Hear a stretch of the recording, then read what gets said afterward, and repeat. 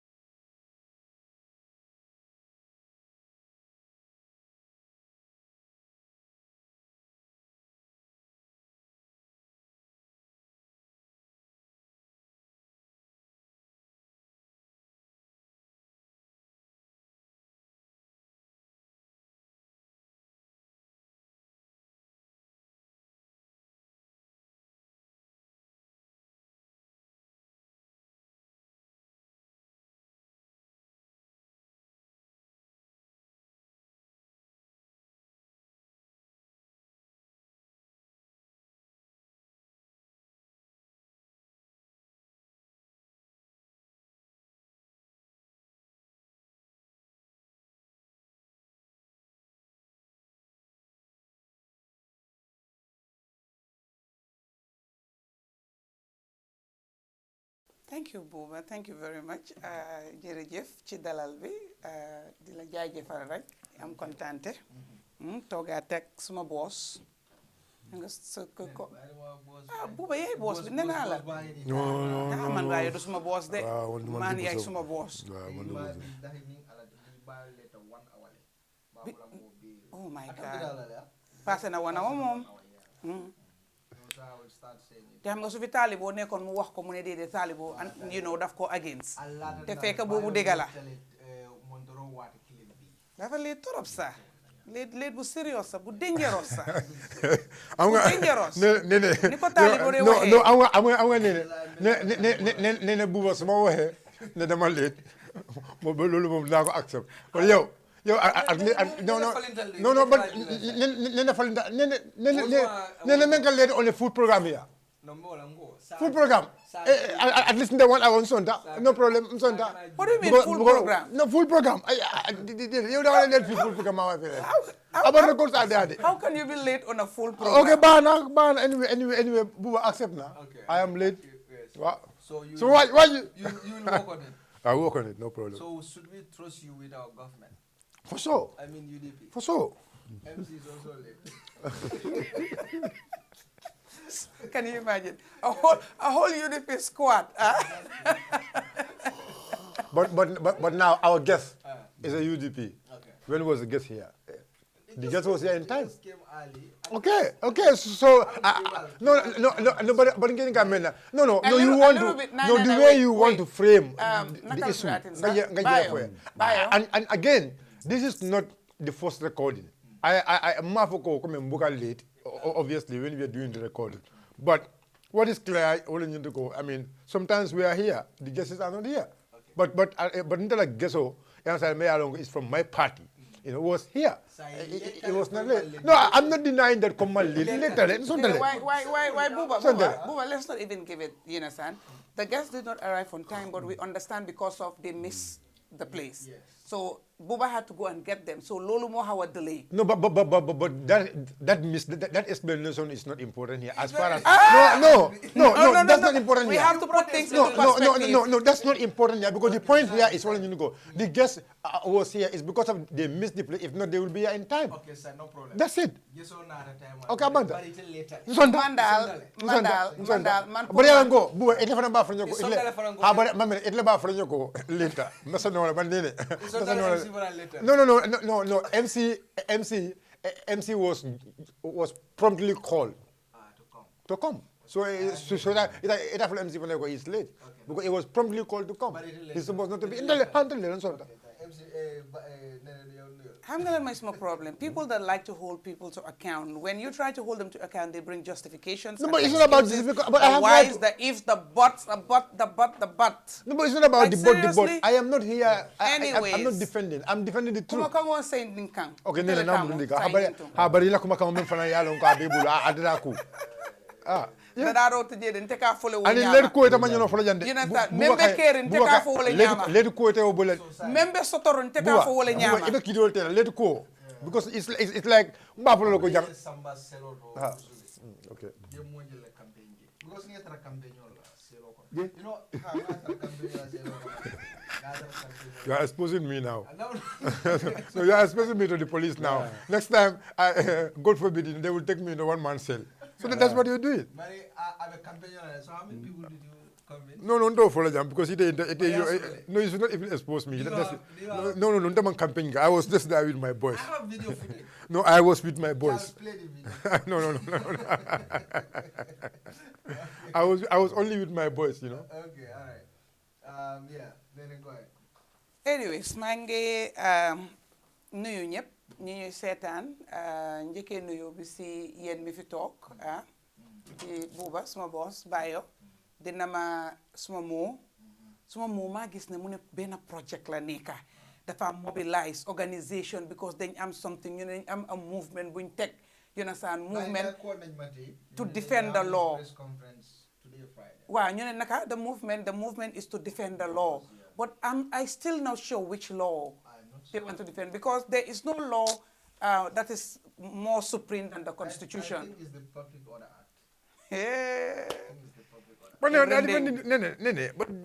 defending the law. So there's only one law here. So that law, that's the Constitution they are defending. Is their right to defend the Constitution? No, but no, they said no more, so they can defend the Public Order Act, no problem. No problem. It's their right. And then me, I'm urging the IGP to give them the permit. Yes. They will have a press. Okay, they had a press conference today, Friday. Okay. The press conference, yeah. So that I haven't watched the press conference, but I'm gonna watch it and see what was said there and whatever. I wish them all the best. So Namo.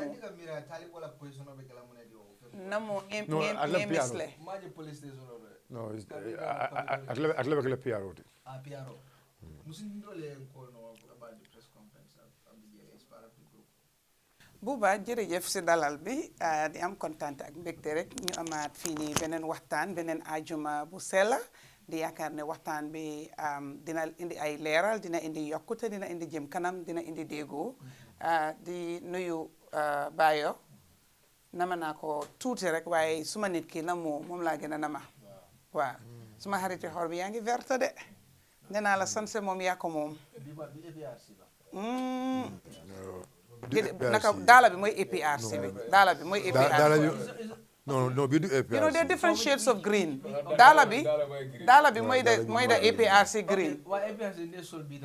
Waaw dafa mel ni UDP rek ñoom mustard yellow sax ñu ne mooy seen kola. nee defal waxal sa wax booy waxal sa wax booy waxal sa wax. dama la wax rek dañ dee mistake rek. non waxal sa bi du APRC rek baax na. xoolal even NPP sa seen grey bi ñoom léegi-léegi black sax ñu ne grey la ñu jël ko def ko NPP so color is an issue daal with political parties. they need to do better with that but anyway di nuyu ñi nga xam ne ñoo ñuy seetaan jël nuyoo bi taaj ko ci borom kër gi mi nga xam ne mooy Fatou Touré Mandi Mori bu baax bi mu séddale ko ñëpp ñu ñuy seetaan di am kontaante rek parce que boo gisee ñu fee toog saa yi nekk yéen a tax yéen a ñuy dooleel te yéen ay safoo li nga xam ne loolu la ñuy def kon di leen gërëm di leen sant di leen wax juma mubarak yal nañ am ajuma bu sella ajuma bu barke ajuma boo xam ne bu naat dugga ci weekend bi di gërëm tamit dalal suñu guest bi mi nga xam ne moom bu kanamee di nga ko won nit ñi di ko wax ne dalal ak jàmm te yaakaar ne dinañ am waxtaan bu yànja waxtaan bu neex a neex kon di wax ñëpp asalaamualeykum wa rahmatulahi taala wa barakaatu. Thank you so much, Bayo. Yeah, thank you so much, Buba. Be more be content ka famu balai. Abe mo famu kaira waleti. Be MC content famu kere no. I think it's been 3 weeks or so. I mean, manyoje. It's good that we are back here again. You know, one of our comrades is not here not only because of school. Mealongo is part of our new panelists, Rahim, and Abdul Life and Famu Kedabake. Talibo Yalo, mission all over. It's having a very big mission. So Mbafula go, you know, I wish you good luck. But now for IGL, like Talibola project, you should not be a stumbling block to his project. I permit to apply. So IGL the Guardian. What do you mean project? It's just A project, a movement, because that is money movement. Young 5 years, Gamma 5 years, Yalo Corona Sodor. Could million from Mamo, million, million the Marshall. You say you for them 5 forces, capital Caracal, Talabo, and you know of another Jody. I want to be born in the corner. I will call it. Aha, but you know now a land from the other one.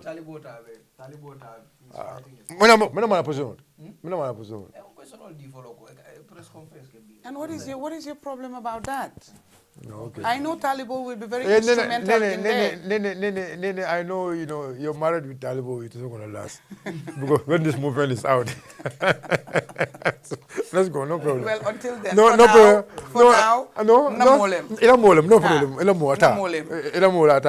No problem, thank you. Moving on you started. So, I still stand by that. IG should give them the permit. The permit dealer. Your protest. Okay. Because, you know, it's their right. Because they are defending the Public Order Act. No, they are defending the law. So they do not define to us weak law.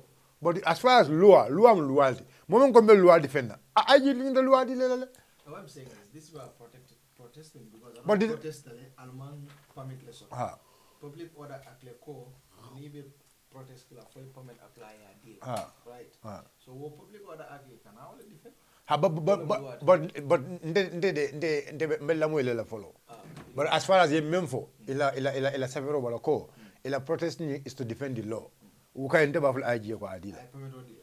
Another form even Public Order Act, the defend. It's still their right. Okay. It's still their right to do the protest. All right. Yes, because you know protest from permit money la command you know protester. So one number for IG ko la permit dealer la until stand is permit dealer hirash lokam. MC welcome. MC wow. Amu problem ne ko bena la. Hankay. Jërëjëf Bouba di la nuyu bu baax di nuyu suñu kilifa bu mag mu nga xam ne tey am nañ gan bu mag fii dinañ kontaan trop pour toog ak kilifa yi si kilifa réew mi si kaani programme yi di nuyu itam suma xarit yi xool muy neene di rafetlu taxawaayam trop si réew mi Jaar ne nga li yëngal dëkk bi last week. Waaw. Last week grand Bantaba bi. Waaw. Yëngal ngeen dëkk bi man fu ma toon ma gis vidéo MC vidéo nii. nee na moom keroog moom dafa yëngal suma boy bi. Non. Anyway bare dem di nuyu tam suma waa ji Sanko Gambia. ba nga xam ne wax dëgg yàlla jëg ngeen toog si programme maanaam moom. foog naa léegi am na almost léegi mu di ko 2 months. moo dem dem protest. waaw moom mooy déwén ñu ne Sanko Gambia. waaw moom. naka révolutionnel la. waaw ñun ay technicien leen.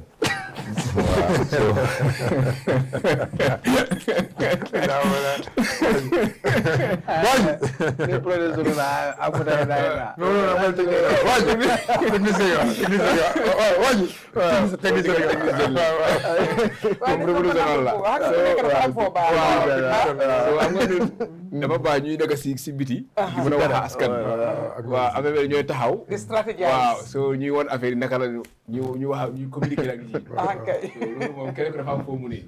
waaw moom lu sonal la. so ni ngeen nuyu ñu seen programme bi yëpp. ñu nekk si réew mi ak si diaspora bi.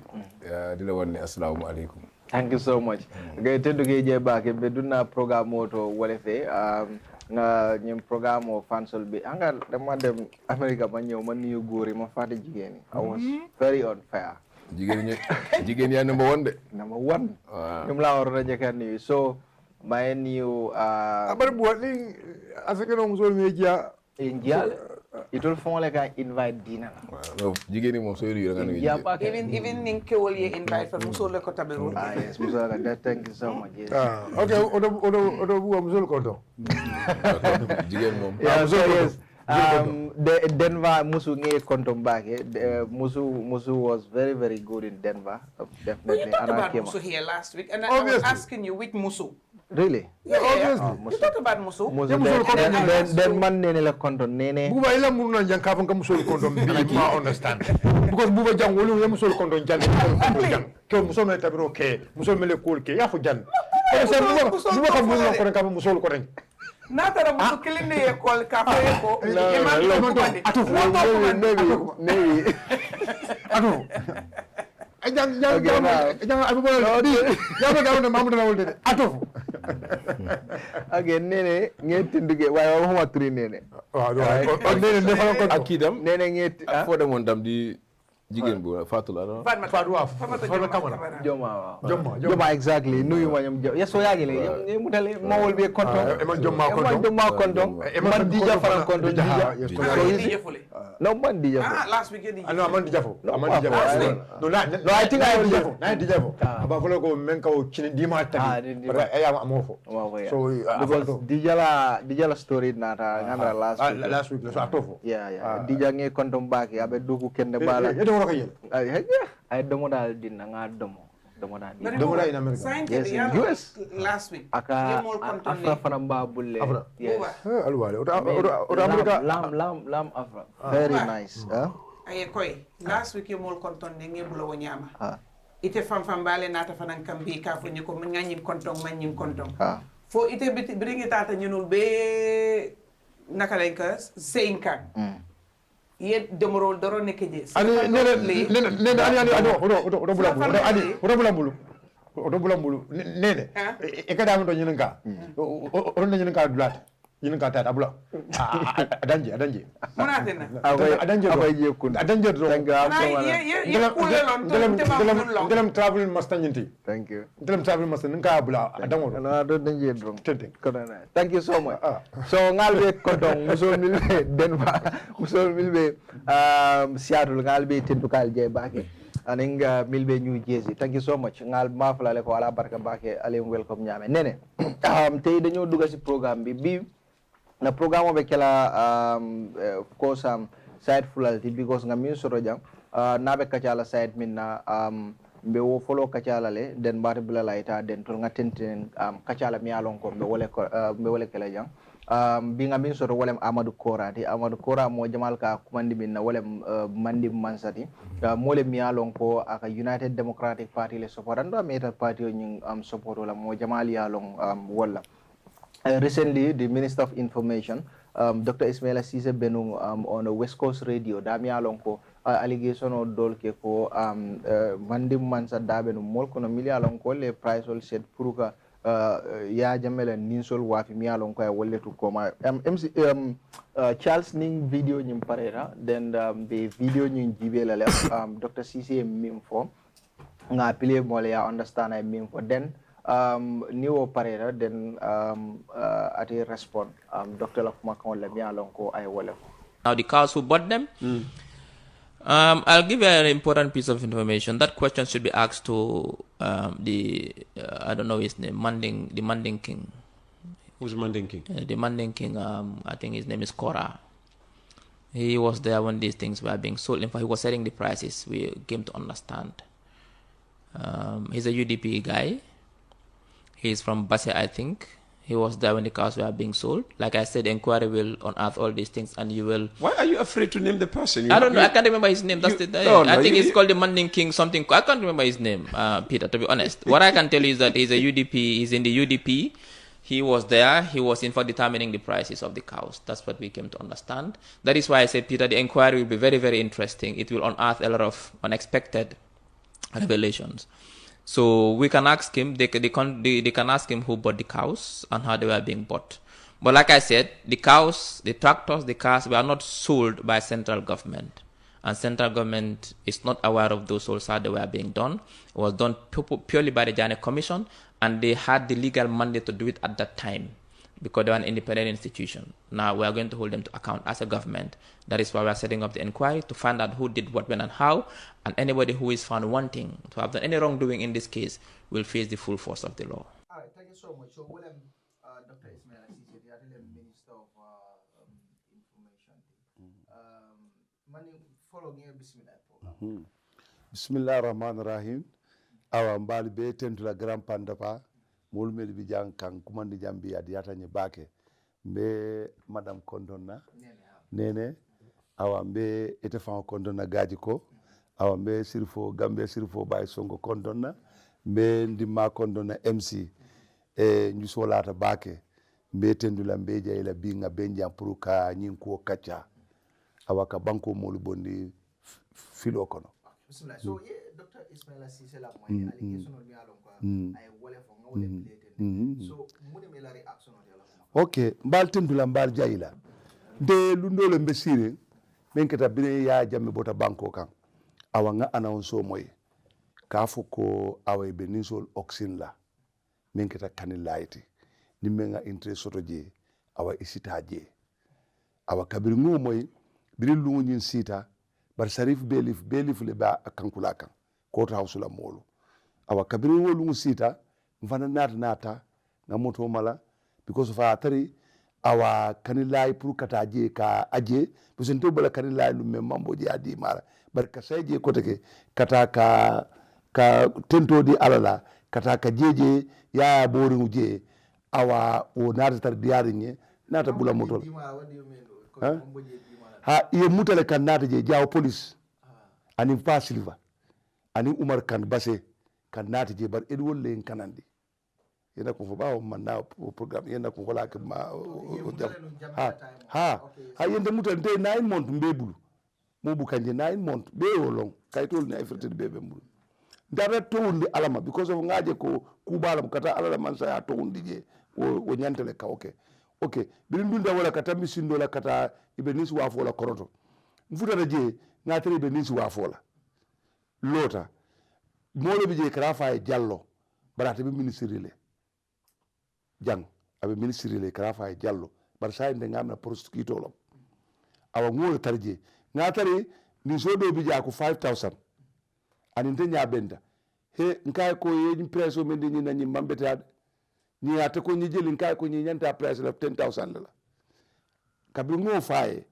awa ani kewna ta ben ay kayto safe because ante banta nte manke policity manke military manke atodu court house do kulati manke sarifu be lifti awa commissioner fana ni commissioner man fe kafu imam bula do kulaje awa biri awo dadi wala na dadi askayto safe nani bentamento atlebe wa frola je jallo nani bentamento askayto safe na preso na ajube asafonte ni nyaadi nsa fa ko ni inyanta ni press car le kala asi press odi ani ay wa froke me lefta ni so ni sanna asa kayto safe adi wala na adi wala usta ay tami police wala ay ta militaire wala ay ta sarif ñol be sirim belif because wala be auction wala yena ko mo fam kay isi le kayto ta yeta yadi wala yena ni so naati ni yadi wala kayto jube isi kodojo wala maje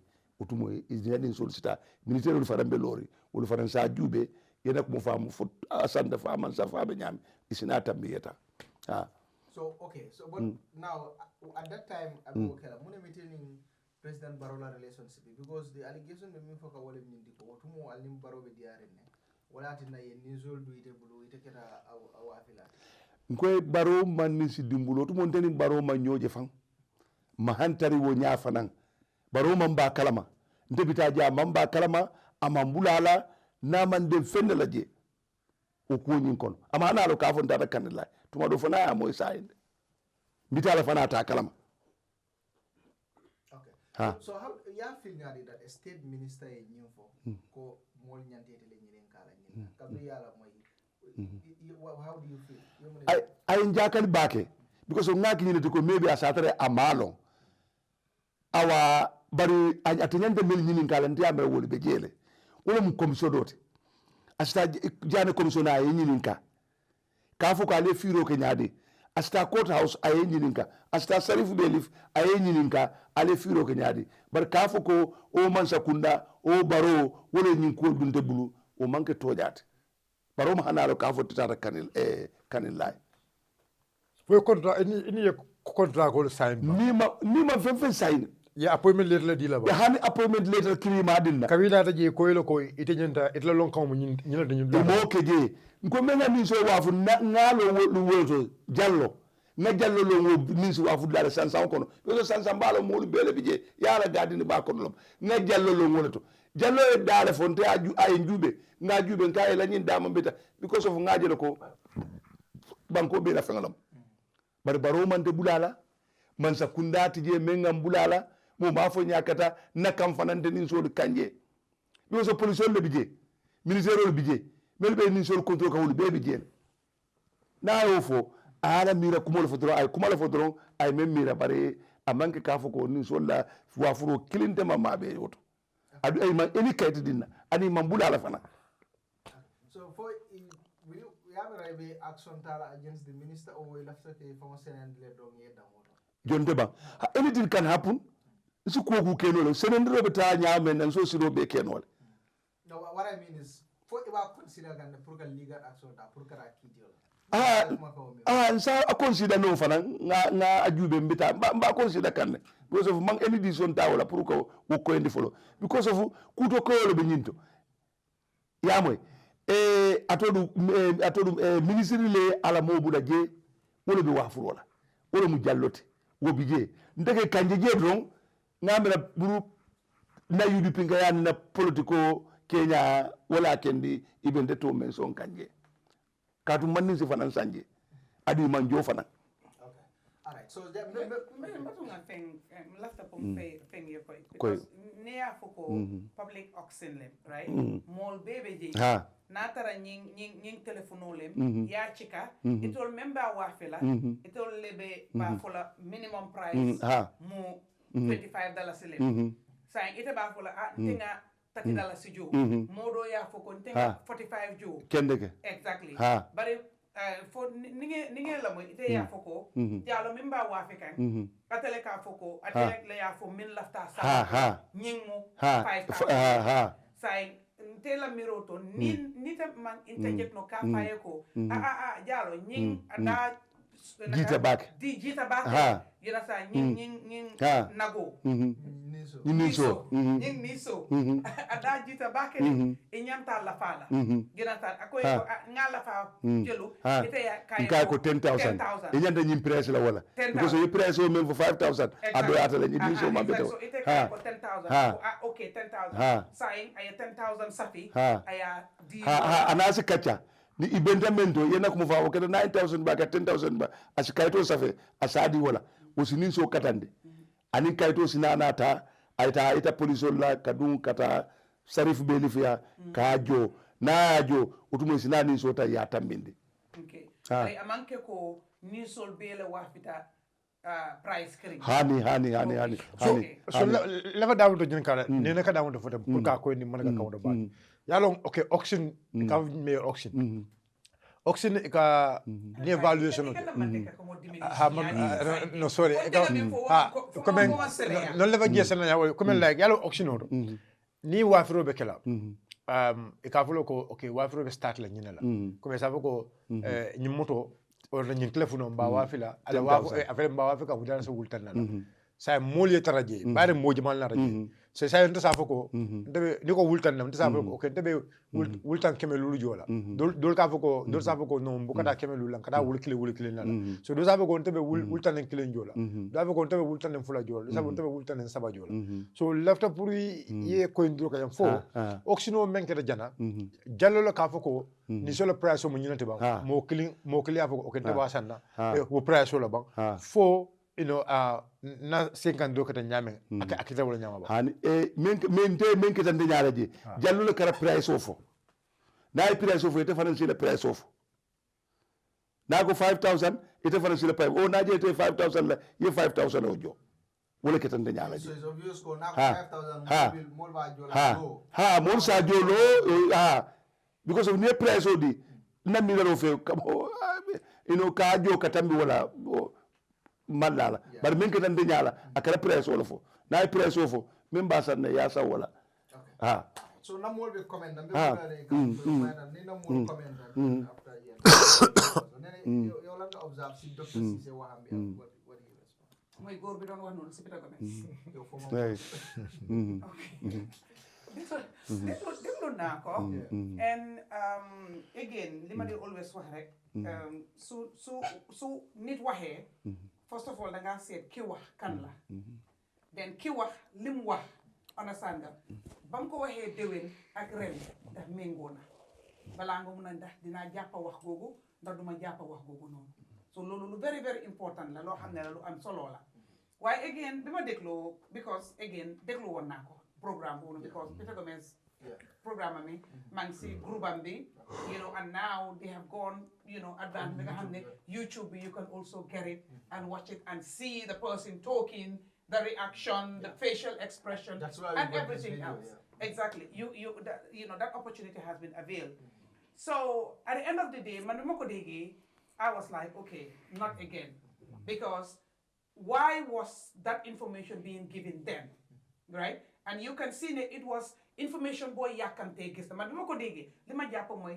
lii is not any official information that I can bet you from my fi ma bima ko déggee I said to myself there is no evidence or proof that can be provided to say that this particular guy came or mooy the Manding King la ko référé moom Manding King from Basse ne moom moo def ni man bima ko déggee xam naa ne ni ma waxee amul dara pour substantiate that waaye waxi campé la rek ngeen toog yéene neen you know the discourse yëfi li xew foofu noonu and somebody buuba ne actually bi ñoo jaay sax you know UDP fekkee nañ ko amoon na this guy déggoon naa ko mu ngi wax lii ñu ngi ko ooyee Manding King and of course Manding King is well known you know I'm sure si community bi man miinuma ko this is the first time I am an up close personal interaction and more for the purposes of this show but of course the name we all had it so now when they mention Manding King you know I'm sure suñu waxoon Bayo Sonko well Bayo fu mu toj kenn du ñëw di yuuxu na di tobaka dal ne Bayo bokk na waaye wane nañ Manding King I'm sure ne prominent sam and of course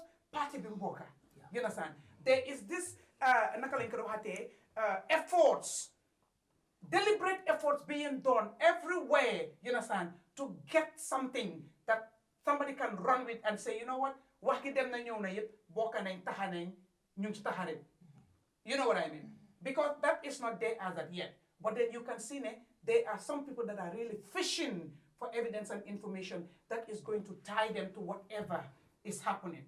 And the guy that was talking, I'm sure felt oh, okay, this is an information I can run with and go and give to the public.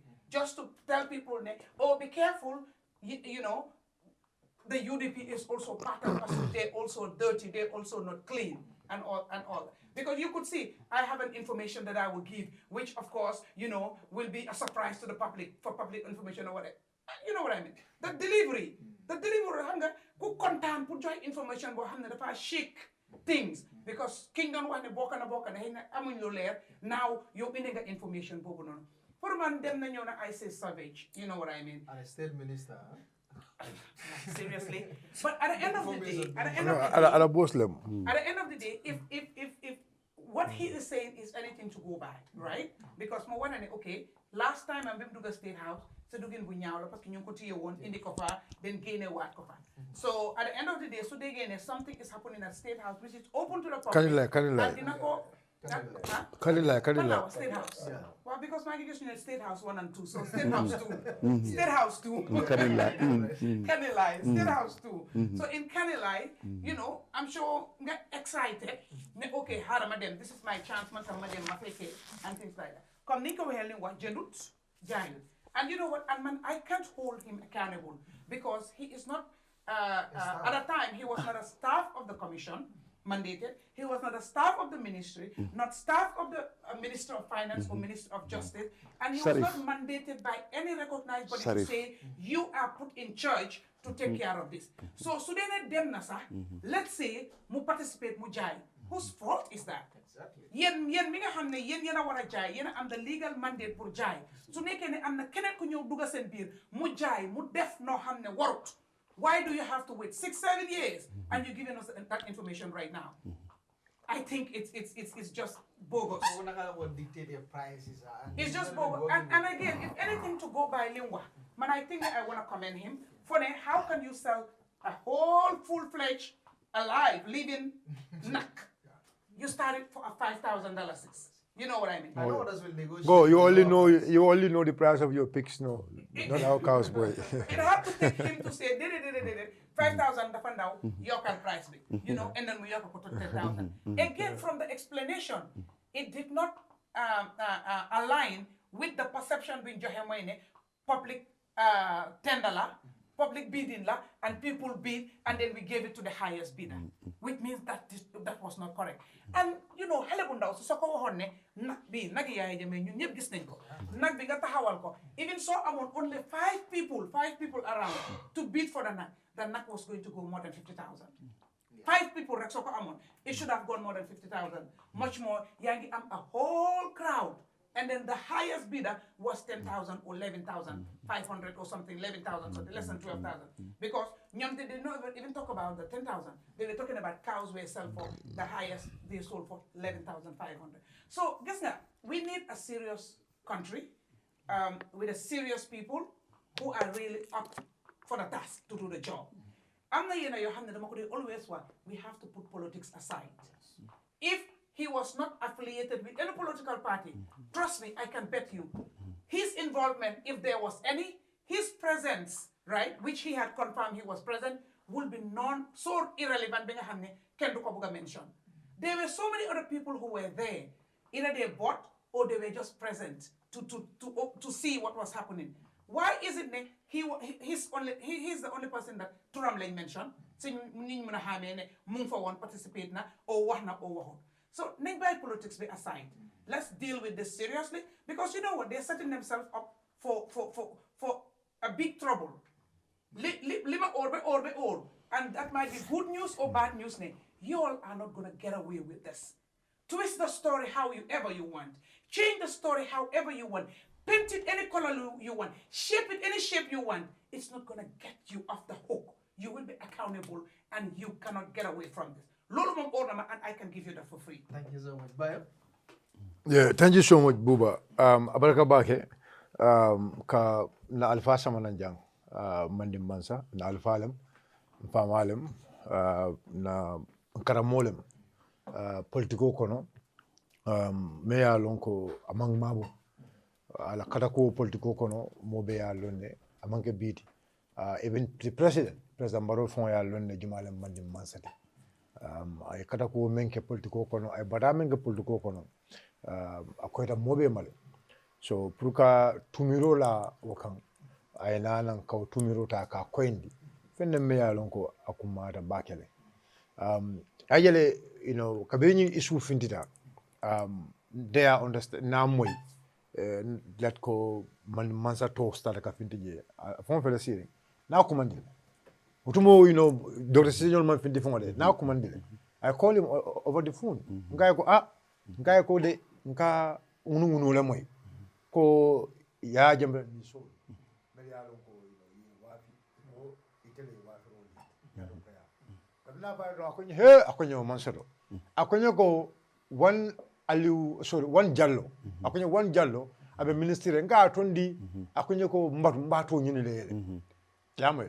Ngai ko bara konto mu jallo da kunya ha ngai be ministry da kunya ha ngai okay mbaru mbanyi nan so nata na kana finance ke nata na understand go alu jallo lem one alu jallo me ya lon ko is working at the ministry ko wole moti me ya lon ko wole wafiro nyaton ko ya in kanil line but nana ongul amon nyun ngai ko wafiro men keta ni solu amang dan kanil line dam mala farado fanan wafiro keta jele fo ina da farado bang akonyo ko manna farado akonye mabeta janato nato wafiro men kata kanin lay 2 days akonye maxi telefula ay wala fonya akonye mabeto dono ngay ko ila mabeje mina munnu ila dokoti je fo masa kundale tabang fo masa kundale empower ba masa kundale kaydi laba akonye ani akonye namoy radiol to ko be nis wafola mfana nata je bar kabrin nata je natara ebe wafiro ke kan dala dame ya lonko aman nyaabu ni advice ko e alka wafiro ko dame na dala me ya lonko aman betea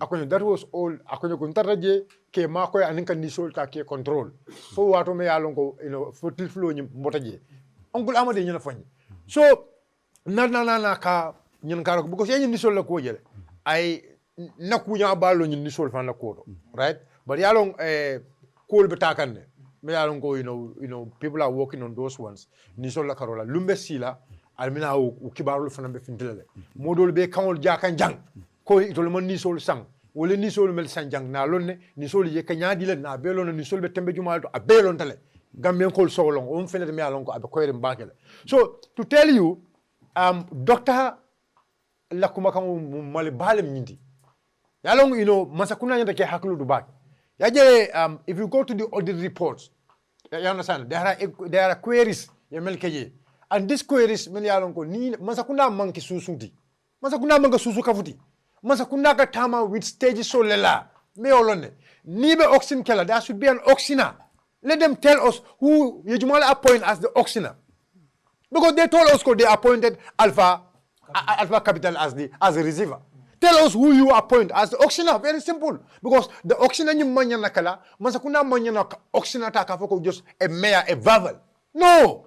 Auctioneer ni nakala moldi me along is officially engaged to auction state property. In fact, there are procedures of selling state property. Procedure lebeje me along ko inyanda ka bankole fong of ansirango. Masakunda la sirang koto. There is a procedure lebeje. Well, you have AMRC. Me yalon ko wolel responsibility ka mansa kunda la fongol wafi milat na mansa kunda mo silol be follow okay but near the mansa kunda mo silol be follow and now itolu kilo le ba fo kanja iko itolu they have given the legitimate rights to the Journal Commissions now. So giving the legitimate right to the Journal Commission now the bigger question is department Minister of Justice le for Sheriff Department manke is not under the government. And for the Sheriff Department, they were there during the search of these cows. So are they telling us that the Sheriff Department is not a department under the Ministry of Justice? So Dr. Nyul can memfo ibe mole film the auctioneer's license and the orders, all these things are things they're important. The process, the procedure, the auction for Kenyaming is a bigger corruption. Because remember the public auction so we want the government to tell us one thing. Government should tell us the valuation list follow of every cow because nisol mankili. Ya jembe nisol meli alon ko jang. E kabula air conditioner ke dundu wala kono. Ya jembe so jang. That Brazilian cows. Yes. Brazilian cows e ke dundu air conditioner wala kono. Well, full-time air condition. When you sold, will lay your wife jelela. Are they telling us your wife $11,000? Masakunda kana mol yab.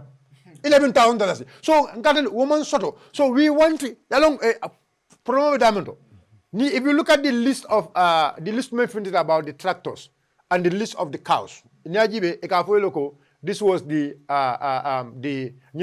peg price and this was the this was the amount, yeah, wafi mena, and this was the sale price. The sale price, and this is the profit. They call for money, right? So we want government to tell us also the cows. For example, because they even have them finger pointing. They are only finger pointing at Uncle Amadou just because he is UDP. It's UDP, that's why they are pointing finger at him in a moment. But remember, Masakunda should take the responsibility and come out to the public, you're more informed. But the public also need to be very wise and understand that Masakunda manga susu kafoti. Masakunda is silo sura katawa menna. Masakunda is silo family bang. Did they follow those procedures? Did they follow those process? If you flout a process, it's the good way of governance. Obviously, this is what will happen. We'll get more into this thing, the Jame asset later. MC? Let me just interject 1 second, right? Again, just thinking, listening to the guy talking, Peter Gomez. No, atofo. Ila boss. Doctor.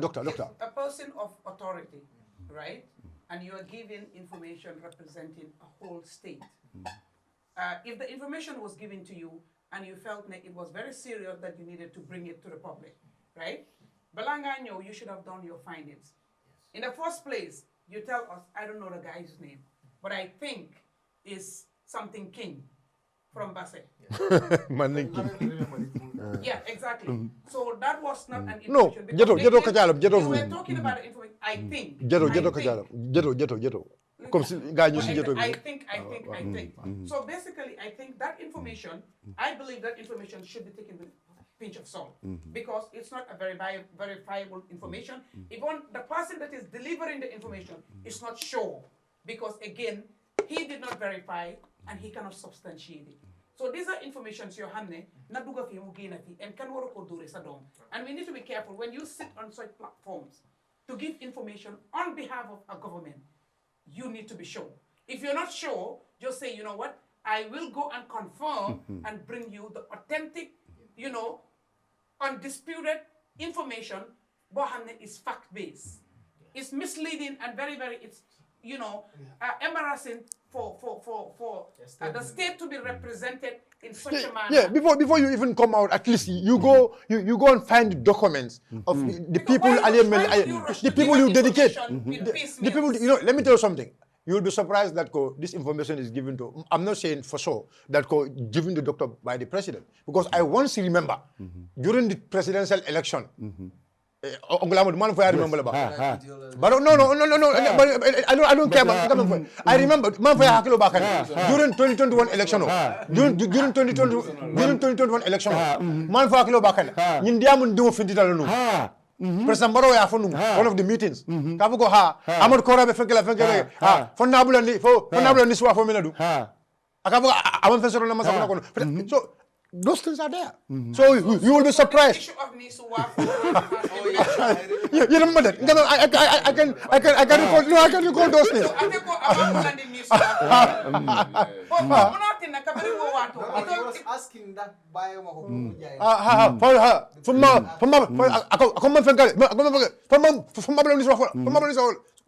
so it's like if doctor come up with this story and then doctor could not even remember the name of Dr. Uncle Amadou. I know guys Kodola Fai. Askeno. Kodola Fai.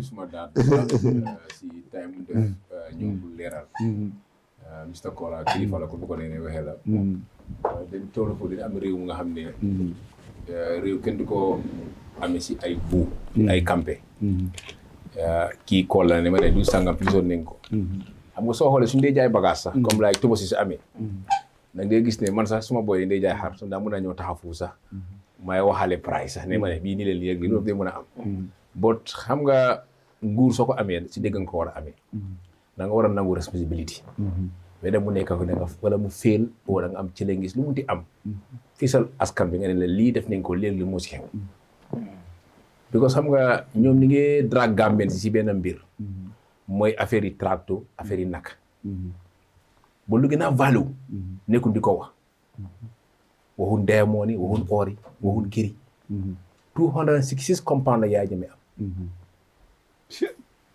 duñ de laal boor yooyu ñoom ñu ngi focus more on nag tractor bañ a wax bañ a diamond si ana ceeri or yi ana diamond si ak or yi kenn nekkul ñu am par loolu ak yundum waaw daa war task force daa war ñetti camp la waaw ni sol mel be yundum ndemante dal la fu la doon muna kay mo lu beef waaw so ministry task force moo amoon pour jaay bagage yi waaye ñoom nekkul ndi ñu ba tey report yu génnut ministre of land bokk na si ñoom ñoo nekkoon ministre of tourism foog naa report bi ñu ngi laa woon ministre yu fa nekkoon si ñoo xam ne nañ jaay bagage yi muy bagage yi jàmme kër yi an kër yu gaa yi jaay soo xoolee 266 compound lu gaa yi jaay is only 45 ana ñeneen ñi wala ni ngi focus moo on nag tract léegi soo xoolee Ismaila lu mu wax fii dafa laa woon ne sax moom tegu ministre of information and communication sooy wax nag ak askan bi da nga war a am facts evidence yooyu teg wala mu ngi kontaan rek wax ne waaw bu ko sof ñoom lu gaa bëgg a dégg rek di woot UDP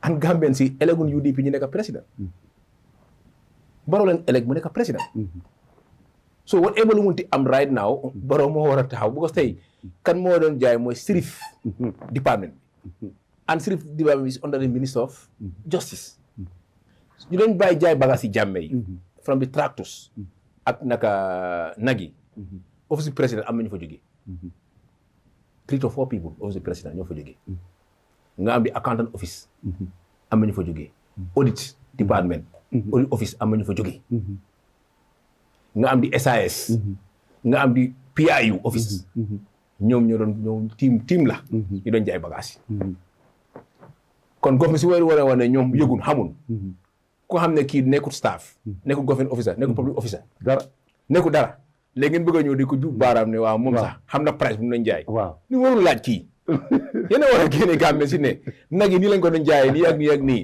through the street department ñoom ñoo doon jaay moom dafa dégg ñi ngay jaay mu ñëw Gambien la mu ne looy jaayee lii dafa ndaw de ni nga ko war a jaayee su la neexee nga jël ko soo bu ko jël kooku jaayut dafa la wax xalaatam ne lii nga ko war a jaayee yow su la neexee nga jël ko soo ne doo ko jël yow am nga sa price bon ñun government leen elek président Barrow lañ jox doole mu nekk président réew mi ñu jël ba tembre mu nekk ministre of justice so whatever nga xam ne xew na si jaay yi ñoom ñoo war a leeral askan bi boo tey lu docteur yi wax ni daw si rajo yi gis nga yëpp jaru ko kooborob bi yaa ngi def blame game jaru blame game yow fekkaloo woon was bul depend on more on your ministre mu laa wax ne ministre bi nekk fa woon yow lu la war a wax mooy yow as a ministre of information da nga war a riit su la jarabee sax nga ut ay expert legal expert fu nekk ñu study la ak documents yi nga xam sooy dem ci media bi nga yóbbu sa kayit du sangam Mr Kora bu mu jaay na nag $10,000 jaay na lii ak lii nga wax fi ko si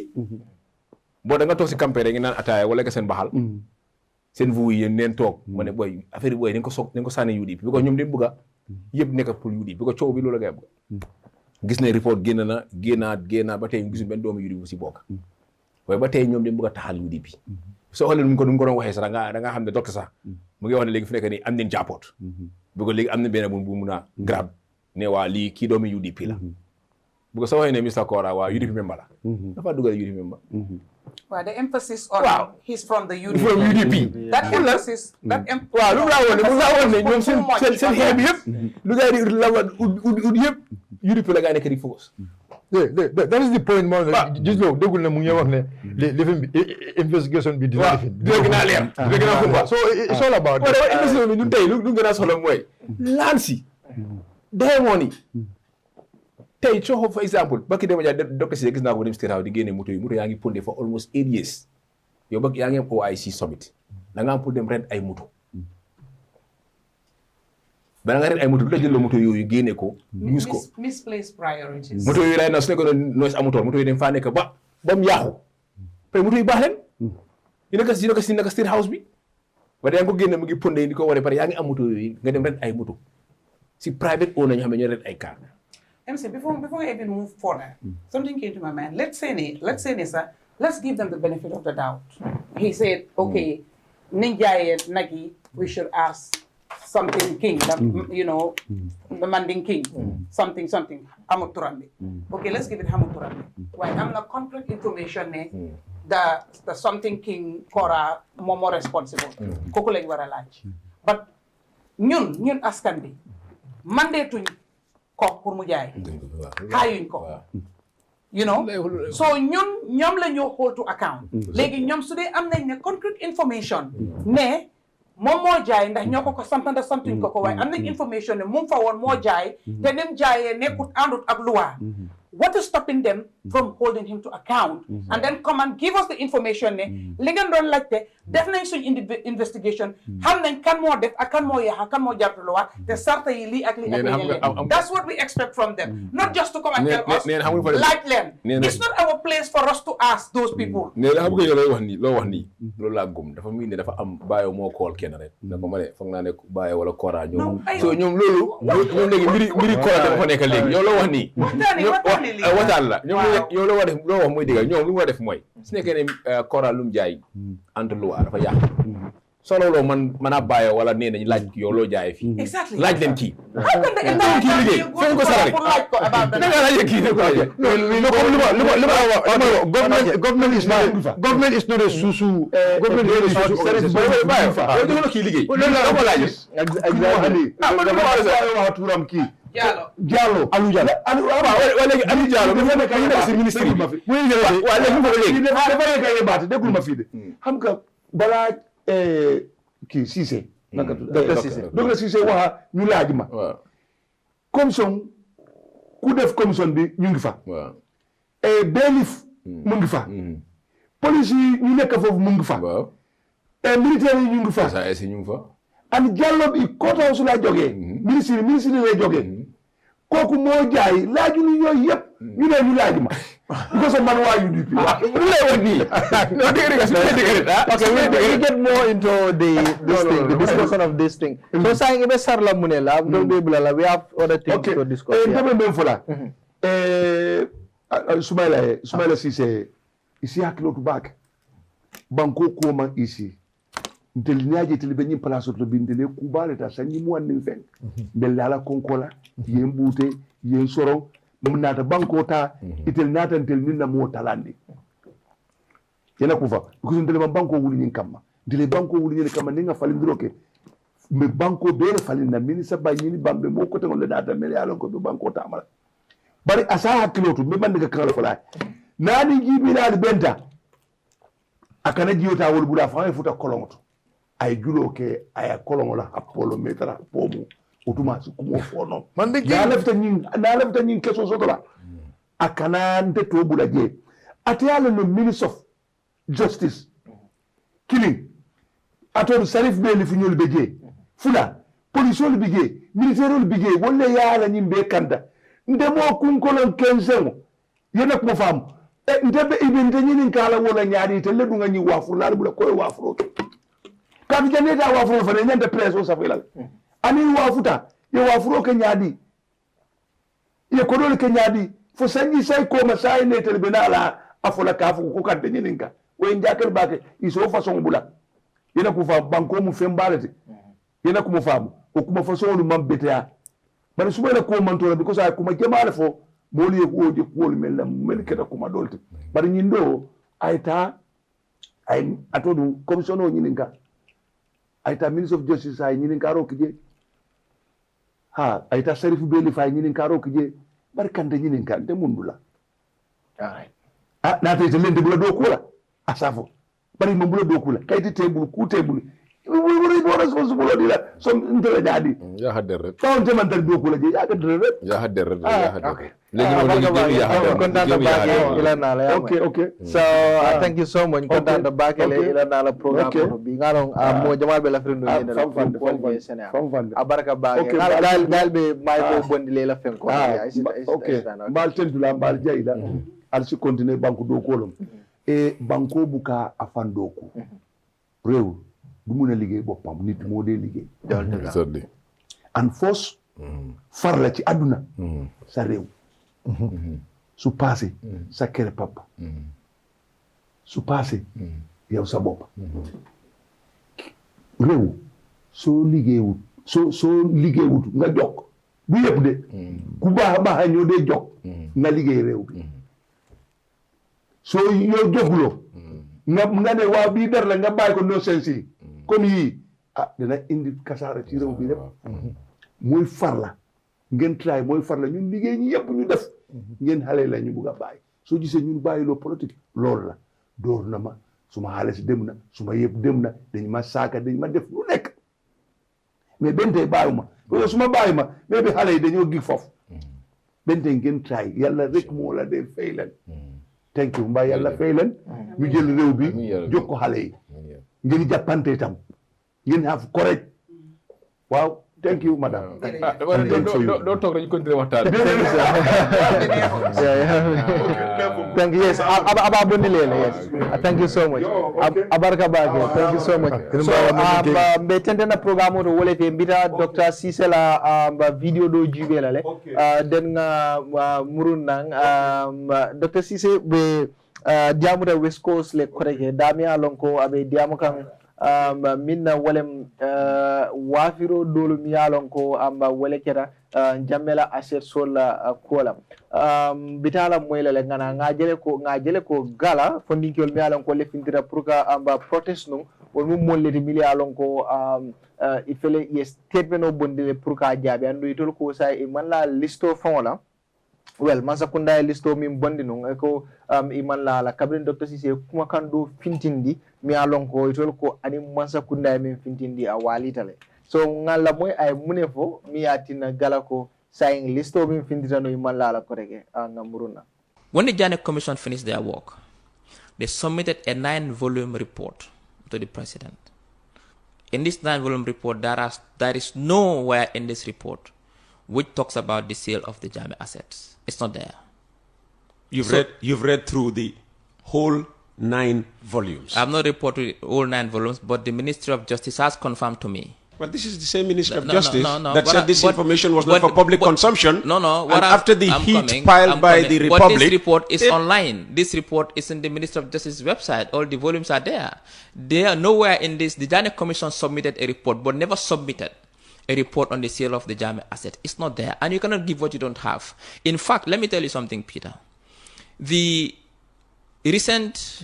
the list that was released insofar as these sales are concerned, recent by Minister of Justice, they did not get them from the Janet Commission. They got them from those who did the sales. So the Janet Commission did not do a good job in providing a detailed report of the sales. They did not. They still haven't done that. And that is a fact. And the minister cannot, the government cannot give what we don't have. What the government has, which is in the records and which was given to the National Assembly. So the Janet Commission failed the nation. Of course, yes. They did not. They submitted a comprehensive report of the Janet but they never submitted a report, a detailed. No report was submitted on the sales. They did not report that. Now, secondly, also, what the government had was the sales of the properties done by the receiver or the auctioneer, Alpha Capital. Those ones the government had, and this was submitted to the National Assembly. But when it comes to the tractors and the cows and the vehicles, nothing was submitted to the government. It wasn't there, and still they haven't. The only thing, and the Minister of Justice got these through the those who took part in the sales. They just collated here and there recently when this thing blew up. And I think Mustafa did a good job in asking those critical questions, which now led to, obviously, government cannot run away from responsibility. The oversight institution responsible over the Janet Commission was the Minister of Justice. At that time, they could have, even if the Janet Commission did not submit the report, they could have asked them to submit the report, but that did not happen at that time. This was in 2019. So what I'm trying to explain here is that there was no report submitted on the sale of the Janet of the Janet conducted by the Janet Commission to the government. So government cannot give what they don't have. What we have was the sales done by Alpha Capital, which was everything was intact, was transparent, everything was given to government, and that one the Minister of Justice submitted to the National Assembly at that time. Can you clarify whether the president, as requested by the texter, is trying to protect certain members from his first term? No way. The president will not protect anybody, and I've said that here before. And I'll repeat it here before. The president has no interest in protecting anyone. Because the president, even those who bought to be honest, Peter, you saw the list. The president will not protect anyone. The president did not know how this, it's not his job. All right, thank you so much. That was the Minister of Information, Dr. Cissé, and well, after the statement, what Gala is saying, we call on the government to publish the full list comprehensive report presented to the government and all other relevant documents of public interest. We will in no time demand the report and recheck the list through every means unnecessary. So that means this book again reject nañ ko, but la mooy sa reaction si lii? It seems like there's a contradiction moom si lu mu wax ak list boo xam ne the first thing I would say is it just made the work of Gala very, very easy. Because remember I had told you, list boobu noonu bi mu génnee, we knew it was out of pressure and it was just fear of what could have gone wrong, right, if it did not come out. So they've used every means to negotiate, you understand, and calm this group down. Everything failed. And they realized, okay, you know what? They were asking for a list. Let's just crumble and put something together and put it out there, right? Which they did. It was not like it was accepted and people were happy. To my information, what Gala was said, okay, we will take our time and review the list and then get back to them. Yes. And they were on that because they've consultations were going, working with experts. I told MC, you think you're a technician? Go and look at the technicians that are working behind the scenes. Then you know. Que moins mon technicien. Que moins mon technicien. Moins technicien mon MC là. This involves technicians from all aspects because it involves politics. It involves technicians when it comes to subject-based technicians. Statistic. To look at it. Statistic, you know. Now they were on it full-fledged. You made the work so easy and said, no need to spend time there. The list I gave you was not a genuine list. So there's no need for you to even spend time looking at it. You know what I mean? So that's why, it made their work very, very easy. So they don't have to spend a lot of time there. And I commend them for coming out and say, oh, you gave us a list. We were looking at it. You tell us the list is garbage. So we reject it. We reject it in its entirety. But, gis nga fen lu metti la buba wallahi fen lu metti la te mboolem koo xam ne da nga jël fen ak ñàkk wax dëgga def ko sa liggéey ngay koo dundee yow yërëm naa la ku amoon caméra fekk la fi nga tëdd guddi di nga xam ne yow ku ñàkk nelaw nga because guddi googu noonu yow ak sa njëgënaay rek yaa ngi fàttale ko la nga waxoon pour mun koo maintain pour mun a consistent te du di mun a nekk you understand? It's very, very, very, very sad. At the end of the day, suma wax ci li lu tuuti lay nekk parce que a 9 volume, right? And Minister of Information. Every other ministry will channel information through you to disseminate and inform the public. And we expect that it will be factual information. It will be information, it will be value adding to the consumers, and that is the citizens and the public. But then again, you are given an information, you did not verify. You just take it face value. I like the fact that Peter was trying to put, do a pusher to say, you are saying, Minister Bella Kojo, Minister of Justice Nella, well, there's a 9 volume, it's detailed, they did the work, but then this particular information is missing, they did not give it. Again, this is what, 6-7 years, according to you, they haven't given it. And you paid them to do a job. And you release them, right, to say, thank you, your work is done. You guys can scatter according to the act that formed you. You can go. And you never engage them again, or you never engage another group to do the rest of the work that was missing so that you can give to the Gambian. We've seen the Constitution here, right? I'm not trying to digress, but just to give a correlation. Constitution, we can define it, New 2020. When you're 2024, then in the same I ñu santalen ñu defar understand nga niñ ko bëggé ñu indi ko ñu present ko so su nekké né Janneh commission den defut lu gaay wara def lan mo leen téré pour ñu engage somebody else naka qualified and competent body or person or group to do that part of the missing report then ñu mën ko indil population bi. It is very, very wrong and dishonest to come and sit and confident to tell us the commission did not do their work, so therefore we don't have that information. It is very, very dishonest. Now, your minister, Bimunela, the volumes are there. You did not even read it. Because again, you don't have time to read that. You then spending that valuable time that you're paid for running around to defend the undefendable, you understand, to spew lies and garbage. That's what you're spending the time. So therefore, you will not have time to read the information and give it to the public. But now, the same minister never said to anybody, we do not have a list. He never did.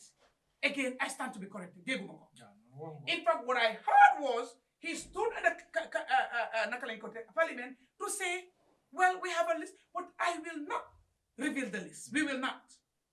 Exactly. Over and over and over. So when you say, I will not give it to you, that is something you have, yes. But you say, I will not give it because we are protecting the investors. We cannot reveal who buy what, who bought what, who did what. That is what he said. So how can you come now, you that your character is so questionable, your image is a mess, to tell us something different from what the minister had said? I don't understand it. Let somebody make it make sense to me. Why should we believe what you said? Now that list you're saying is misleading, can moko disseminate, can moko gain in the heat of things, can moko send around. And you guys spoke on the list. You remember, right after that, the same guy, the name, sat on Peter Gomez and say, a list is out. The same guy, right after the first engagement, you said we have given them, the president has, answered to their call, their demand, and the list have been released. Which list are we talking about here? Are they different lists? Or you are referring to the same list that is the misleading list, or whatever? Again, the president made reference to that when he addressed the nation. So, who is not telling us the truth? Who is hiding something? Who doesn't want to be held accountable? I mean, so many is, and who's. Yes, a lot of, there isn't more questions. I mean, every time they come out to talk, more questions than answers. They raise more questions than providing answers. And it is a cause for concern. Bilay walay talay ning abalafa waratale. Ajakalo waratale. Miro waratale. What's the other one? Miro waratale. Thank you so much, Nere. Bye, I'm going to tell you, Dr. Rafael. Yeah. Yeah. You see, Buba, I mean, doctor need to take his time. Gambians be meta moment kono molbe campaign bakele. Molbe campaign bakele because we know botamen kono and we know boto kono nyadi le dunto nyadi. So doctor alongo inata sign Nico can to mislead, it's like that ignites us, that ignites a lot of patriotic Gambians. And the worst thing in life is when you see your government or your leader lying to you. That's the worst thing. Ila nyaton ko ka findi nyata ka fanya for it. Umfene me alongo is very, very bad. And a doctor is representing the government. Abe mansa kunala represent kang. So ala kuma kangulu is always important aka mezo bake. And Gambians milalongo kelamo doctor Diamo Fong doesn't collaborate. It doesn't collaborate with the Minister of Justice. Because the Minister of Justice was at the National Assembly. There has been a lot of time National Assembly members Solka, Minister Nyininka, about the sales of Jambela material sold, the assets. How many times le meya lonko iba Nyininka kang? The last time I mean like another lako dibito yoko anyway, listo be yele bari ndahabon dilano because of mul meya lonko sendo ke be protect kang. Media namo ko ay listo di dibito la dumal. Iko da publish no kala mutale ko ay listo di dibito la dumal. Sa ye listo men dibito la dumal. So this mean ko you were misleading the parliament. No, but let's be clear there. The list that they provided to the government is that list. It's not even less than 50 properties. No. What I'm saying, I just no. Yeah, exactly. Yeah, they confirmed that the list that was going around even before the protest, that was the Banjul properties that they gave. And that was just purely Banjul, and not even every property. No. But what I'm saying, today, me, as my stand right now, I don't trust any list from the government. That's my stand. No, come ani. Yalo come follow go. Yalo minister come wala nanda ko. My belief is this ko minister you list to me from the deputy is misleading. Let's take it that way. I because ninga tara you say list of in kana ka go list of me di molla. That is the list me along it doesn't come from Jana Commission. And you said ko you gave the responsibility to Jana Commission. You said you give them the responsibility and then you went and brought out list. You went and give list to people. Say kana muru ko mo ko ha na responsibility di mel they don't give us list. Who are you baffling here? Amalo be nyindo dalala nyaade. E ka jimale baffulu jang. Masakunda e finde to na fo molier. Masakunda e finde to na fo molier. Ite presidential commission ko kelano nyim banko kan jang. They give you the report for 6 years. Ite ma longo to na the sales of the assets me alongo was the main thing. Because the general commission it was all about it was all about the assets of Yaya Jammeh. It was all about Yaya Jammeh na flow jelata in Bangkok Kanjang. That's true. There's nothing important in that. There's nothing important in the report. Me ya longo mentambita about the money, the compounds, the goals, the cows, the cars. And let me tell you one thing. You see, cats. And cars, even cars.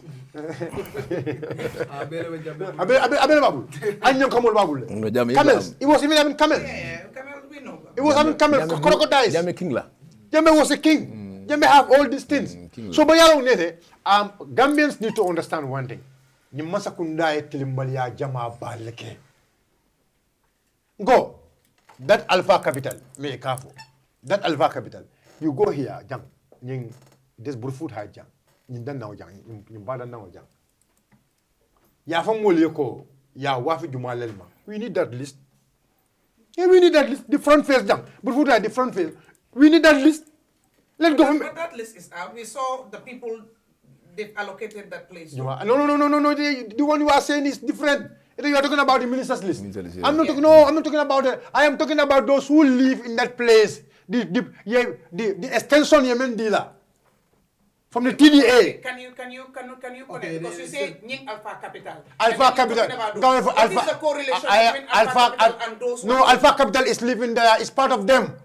It's part of the people living in this Burfoot Height here. But he's not the only one living no, there. Let me tell you something. I am not saying he's the only one living there. Exactly. But what I'm saying is very clear. But Alpha Capital is not the one living. Alpha Capital is a company.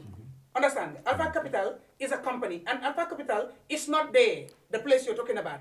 If you tell me the person behind Alpha Capital is living there, I still agree. But then he's not the only one living there. When I say Alpha Capital, when I'm saying Alpha Capital, I say Alpha Bari. Okay, but still, Simple. I want the correlation. Alpha Bari, Alpha Capital. No correlation. You know that we cannot just be throwing things like that. It has to. There should be a correlation. What correlation? Because you say Nying Alpha Capital. Understand that? This place, it will be they all live in there. Yes. What is the point of what is the relation what I am saying and the war? Nene, what I'm saying is very simple. Those who are listening to me, very well. Maybe yeah, okay. Hafuna Lumbuga is Alpha Capital, the one behind it, and other people were giving lands around that area, or they live, not giving, but they live around that Let's area. be clear, they live right? there. And they live there before... Buba, I can clear myself. Buba, I agree. They live in Burfoot Heights. I'm not holding brief for anybody else. But also, it is very wrong when we just throw these accusations in limbo like that without, putting perspective. They live there, but Alpha Bari was living there before the Jani Commission was set up. Really? Oh, yeah. So he lived in Burfoot Heights before the Jani Commission was set up. Okay. Way before you couldn't hire as Alpha Capital promote this job. When we want to hold people to account, let's also be honest and factual. You understand? We cannot bring other things, unrelated things into the issue. That's where I have a problem. Because when you say Alpha Capital Nying, yes, Alpha Capital was the receiver. But then what does Alpha Capital has to do with where he is staying? Like, is that maybe it's a TDA area? Is it a TDA area? But is he the only one living in a TDA area? No. I just want to be clear. I am confused. The thing is, when she was making her deliberations, ala deliberation of at our own risk. Okay, It's very important that it's very Go important. ahead. It's very no. It's very important. Nene, I'm not here. Nene, I'm not saying go. That's why. Let me talk. That's why I listen to you when you are done and I continue. Exactly. No, but then you're gonna dismiss that. No, but I am. Nene, it's my right. I was super clear that you did not need to interject. Okay, fine. That's your own way. Nene, that's your own way. That's your own way. That's the way you think about it. Okay. No, I'm not here to clarify it for you, boy. I'm here to say my. But it is misleading to the people. Okay, fine. Let it be misleading to people, and the people watching know who is misleading. Go ahead. The people watching knows who is misleading and who is trying to, sugarcoat other things here. But I'm not here to sugarcoat anything. Those people, those who are watching us now, those who are watching us.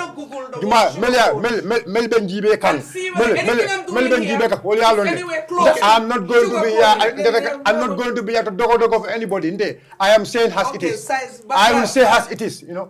So, Jang, TDA Jang, Nima long ibe de la mtemea long nafo. It's very simple. TDA Jang, Yajelin ni rango be. Kabu Jang, Jana, where they give to the ministers. Kanafo in Fongola, the riverside, for Kanafo, Atenena Fongola, Mafon Bay, the place they gave her. That area bay, at the front face only was TDA. During Yajime time, where Yajime Bay block, all those places where policemen are freezing, Kabin Jana Commission Nata. Fact. All those places. So those people, they were leaving. Because they want to give that places for investors. They went to the courts because there were investors who were willing to develop those places. But was said. So the people they live in that area. They went to the ministry. Instead of giving that place to the investors, because near the world, the development is going to block. So they asked the ministry to give them the extension. So now, for example, if you live here, need a block agent, Ikoma, you understand, direct Ikoma, land member, they give it to you. And you pay 1.5 million. Where alonko dulame alonko akasam 20 million naira. 20 million. And that let government come out. Let me tell you something. Masakunda because they did not allocate those places to them. Masakunda because until we want to know, that's our land. Until we want to know, that is what we had and left a car on Masakunda fe kombe wuli yalla. Masakunda finna ya fanya ko yemen famanga tonyati. That land is still TDA. Okay. This is not from you, these are allegations and No. you want government to clarify. If government believes it's not true. Let government come and clarify and tell us that TDA and saying it was not given to those people. I said it was given to them. And I still stand by that. It was given to them. Them who? It was given to the people living there. Okay. All right. Alphabari is part of those people. And that land, it was part of the lands, ye freeze during the commission. Okay. That is it. So I can't follow you. What's the link? That's the link. So my point is, Masakunda, it's until Philly no. Masakunda can they get the list from Alpha. What do you understand from the government? Alpha is more of land state. But Masakunda many of those it was the cast. Motol Masakunda will left in Motol in tractor. But Masakunda Alpha Motol Wafi. No. President Baro from Diamo, near President Baro Lamoy, I speaking, I can follow you to go. I set up a ministerial committee. When I set up the ministerial committee, Natana can receive appointment at Alpha Capitality. That was what the president said. So Nindo Tasisa Kanaka Alpha it only list to publish. They got that list from Alpha. So this Minko is now trying to tell us Alpha le Motol Fana Waf. This is what they tell us. Go Alpha Lemoto from what? I know. Alpha Lemoto from No, he said individuals. You look moment. So remember you will But he's saying, doctor said he got the list from that's No. what I no. Doctor said individuals. Doctor said. what I heard. What doctor From said. the people that they're selling. Selling, yeah. They said what doctor said is very clear. I remember following you to the list we published. We got it from Alpha Capital and the people who were doing the sales. Okay. That was what doctor said. Not from the Jana Commission. Not from the Jana Commission. That's what the doctor said here. Okay. So this is the point. Doctor is misleading the public. And the worst part is now, and which is giving more justification to the youths of this country. That is why Gala statement on Bondi is a statement me alonko anyanta bolele. Because remember you will Masakunda e banku don't feel in Yebanko don't feel the men Masakunda have been misinforming the parliament, Masakunda have been misinforming the citizen, and now it's the right time for the citizen to come out. Kajako ye Masakunda demand because we want the truth. The auditors, it was in the audit queries. The auditors said they did not get access to information. Why government cannot provide those information to the auditors? So we want government to provide those information to the auditors. This is our demand, and this must happen. Okay, we have another topic, MC. Waaw jërëjëf Bouba déglu naa Ismaila Cissé si wax yi nga xam ne mu ngi koo wax yow su nekkee ne fekkoo loo bul nangu ñu sacrifice la because tey waaw soo fekkoo da nga ci war a mandu yu bari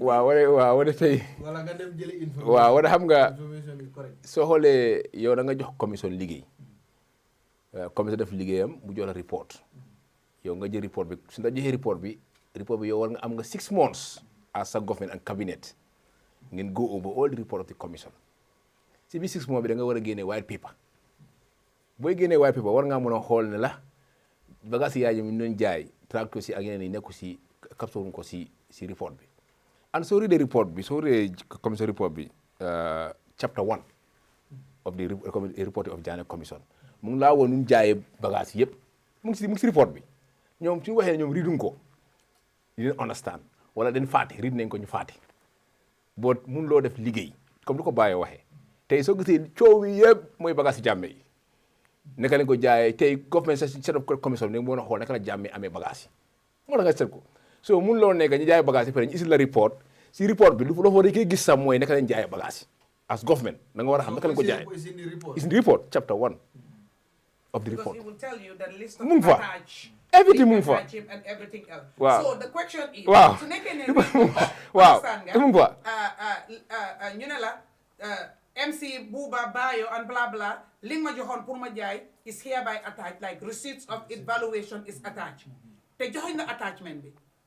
Why can't you go back and say an attachment? Waaw. Because I need to. so you know what I mean? so moom report bi mu ngi fa ñoom suñu waxee ne ñoom xëy na dañ teel a read wala dañ toog seen corner rek génne white paper ne ñii leen war a ponis lii leen war a leen mu jeexal si boo da nga am 6 months cabinet nga war a toog 6 months ngeen xool report yi benn and lu nga njëkkee xool mu nekk ngeen jaay bagage yi bu ko bagage yi nekkatu bagage yi yaay jàmme bagage yi réew mi la ñëpp si bokka accountability transparency ñu nga lu ñuy wax nii ne yaaga naa ko fi last week ma ne ñuy wax ne waa ne soxla liste bi tey ministre moo taxaw mu ne liste bi ñu ngi ko amee loolu la wax député yi ñoo fa nekkal askan bi yow nga dafa mu ne kon li ministre bi wax député yi ak yow ministre bi lu mu la wax sa collègue lu mu la wax mooy ñun ñiy joxuñu report joxuñu liste an lu bàyyi watam liste bu gaa yi génnee mooy tracteur yi ak moto yi yooyu la gaa yi génnee waaw nekkul ful wala baro léegi dafa set ministerial task force committee pour bagage yi yaay jàmme yi mooy kër yi Diamond ak yeneen yi report ba léegi génnul for almost 6 to 7 years kenn xamul bagage yooyu moto yi nekk ak kër yi nekk nañ ko jaayee su nekkee ne léegi ñu ne bii léegi Janneh Commission issue report génnewut léegi suñu gars yi wax léegi moom report tax foofu bu baro set pare ministre am yaa fa nekk an report boobu si kër yi boobu ba tey boobu génnut lu ñu gis mooy li leen gis an foog naa Ismaila bu mu nangu ndaw la bu mu nangu kaariyam yaaxu si position bu ko lu mu yàgga am na ko fi nekkoon gis nañ fii kaariyam yaaxu si ñu la sacrifice Is there a career? bu ko si young politicien la bu ko presque kon mu ngi lead a political party mu ngi lead a political party so gisoon nañu fii ko xam ne ku taxaw ma ne man Baye Fall Yaaya Jammeh la am na ko woon fii ndigal rek laa jël lu mu wax rek ma def ko ana mu tey mu ngi Suisse mu ngi si kaso bi so bul nangu nguur jël risque bëggoon noo bëgg a nekk ministre place bul nangu tey ngay walu nga xam ne xam nga lu gën a garaaw si doomi adama nga wax ñu ne xay kan mooy wax du sanga mooy wax kii waxam jëru du sa doom Ismaila foo la tolloo Gambien si soo xoolee nu mu waxee sax nga xool xoolal body language Ismaila bi soo xoolee body language Ismaila nga xam ne lu mu wax yëpp gëmul ko sax yow nga ne yow ministre of information and communication sa collègue mu la waaw liste amul naka amul liste bi joxoon liste bi kan ko war a jox government bi ministre of justice moo ko war a jox government bi and ñoom su nekkee ne tey ministre of justice ñëw liste bi amul tey ba téeméer war nañ mën a oo baane ko kaay police war nañ ko mën a ne ko gisuñu liste bi boo neen bàyyi di cover-up lañ war a bàyyi neen dañ jël responsibility neen nangu ne mistake am na ñu accept ko ñu wax ak Gambien si bon ñu doon jaay ministre of justice Fat Dramé bu ñu génnee courant Fat Dramé moo step in député permanent secretary nga am office de presse ñu ngi fa PIU SAS audit office bi accounts even accounts yi sax accounts nga bu nga jaay bagage Yaaya Jammeh gis nga accounts yu nga ibi woon Central Bank la ak Trust Bank andi accountant général moo doon sign pour si xaalis bi ndawi nguur bi ñoo doon sign accountant général moo doon sign xaalis bu dugg si account bi yëpp account di government la dugga so bu nekk di leeral nit ki leen génn ñuy wax Gambien si dëgga and every Gambien war a taxaw gis ne transfert lii dafa war a leer and lii nguur bi di ko leeral de wax naa ko fi last week suñ foogee ne nguur bi na leeral lii da ngeen nax suñu boppa lu ko mën a leeral mooy il faut ñu am nguur bu es nguur bu pare pour gëm accountability and transparency ku pare pour mën a génnee lu nga xam ne nguur ko nuba lii xew na Sénégal tey lu gën report yi gën a Sénégal yëpp Macky daf ko déggaatoon tey ñuy dem prison in Sénégal yëpp report bu nga xam ne Macky moo ko déggaat benn ñaam dëkk report yi politique la benn ñaam la man maa ngi amee sa rapport de da nga am pour campagne ma support ma wala ma génneel la nga dem campagnal ko waaye bu mu génnee yooyu la ñii nekk di jël ñi lu gaa yi di report bu gaa yi di implement nii yëpp lu gaa yi di téye arrest gaa yi nekku ne report yi nguur bi inspiré de lu ñu yaaga nuba la teg ko benn place soo foo amul nguur bu es mu lii da ngaa yuxu ba ëllëg coow ba ëllëg ñoom loolu gaa yi wax ne mooy lu gaa yi bëgg a gis loolu la gaa yi di génne lii moo nekk lii moo fi nekk lu am mooy ëllëg ku foog ne coow ba ëllëg la it's not gonna be business as usual. loolu ma laa wax that era is gone. waaw that era is gone man damaa wax mooy nangu naa that era is gone boo dama gëm ne suñ bëggee am lu leer laa wax loo mun di def dafa am fu la gaa yi di piin da nga am pour dem code wala nga génn si mbedda bi wala loolu moo faa nekk rek addu bi dee yow moo tax ma ne il faut nga am groupe bi es soo amul groupe bi es doo mën a am report ak groupe bi da ko mën a amee mooy xam nga léegi right now lu ma wax léegi da ko mën a amee nee ne baala ma rek da ko mën a amee il faut ñu génn suñu différence si ñu waxtaan ak Gambien si kenn ku nekk am voters card ñu vote out this current government suñu bëggee am suñu bëggee next government tam su peree la su nekkee bu gëm na ne gëm na tam mun nga am next government tam ko xam ne loolu du toppa accountability and transparency waaye da nga am guru nga xam ne faa promise askan bi waaw pour ne duñ am lu leer ay difa indaga lu leer dina génn ndax su leer te bi ñoo ut su ñëwee people that are found wanting will be held to account. You understand? The law will take its course. I question that. Because again, we have to go back to Genesis. That, for the question, why ndax na leer lu génn ndax du génn boobu dina génn parce que dañ fàttale ko Janneh commission du moo start everything was on TV. Every site visit buñ def the television was there. Everything is captured. Unless xanaa lu ñu wone wut ci télé bi waaye lépp lu ñu wone fiñ visit ak everything else was documented. ñaata property la Yaaya Jammeh am loolu su amutoon ñun ñëpp dañoo toog di laajte ñaata la waaye boo gisee ñuy wax ne Yaaya Jammeh amoon na 50 te 50 génnu 10 moo génna But the sales of the properties was not televised. No, I'm not talking about the sales. I'm talking about when you say everything was televised. The sales of the property was not televised. I mean, yes. If they televise it, let's say, for example, if they put the auction as a public auction and they put TV there, we will not be asking. But the sales is part of what we are discussing. No, the census part is what we are discussing. So you cannot tell us that everything was televised. No, not everything was televised. No, one thing I believe, I also differ with MC at that point. Kavoko, we will not know the truth. Let me tell you something. Billahi wallah, we will not only know the truth if Gambians are not ready for the truth to come out. Let me tell you, because the thing is, power belongs to us. Power belongs to us. No, power belongs Talibu ñu ngi am beneen groupe. No, but that's what I'm saying. No, MC, what I'm telling you, you know, Talibu and others, whoever, can try to be there. But let me tell you something. Power belongs to the masses. Now, the masses have to come together and fight for it. So the masses doesn't mean. No. The masses doesn't mean. No. Wow. Together we have to wow. That's what I'm saying. That's what I'm saying. No, that's what I'm saying. What I'm saying is, I believe I believe if the masses want to know the truth, the masses must come together and fight for it. And when I say the masses also, doesn't mean everybody is going to be on board. There are people they will not be on board. But now whoever believe in the cause, the truth shall come out, must be ready to fight for it. Okay, that's my stand. Okay, thank you. So I understand what MC is saying, because that's what happened in Senegal.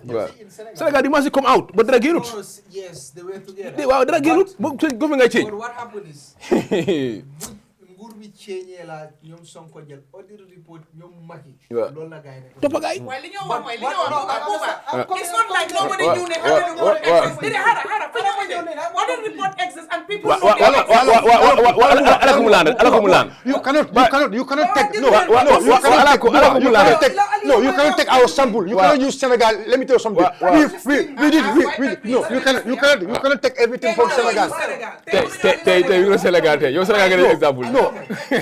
can use Senegal, but Senegal use us and take example from us, boy. You can use them. Senegal, Senegal based the same thing. Allow them come land.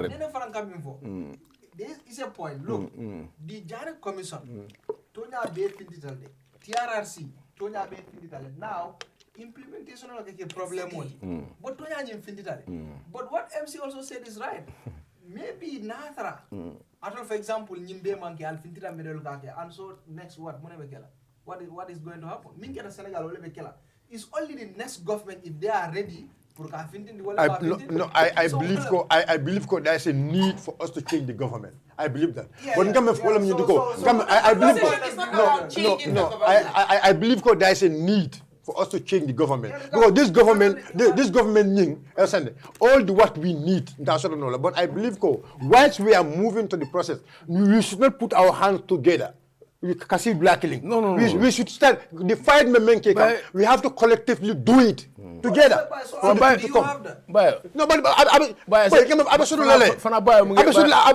talk to the people. MC. I'm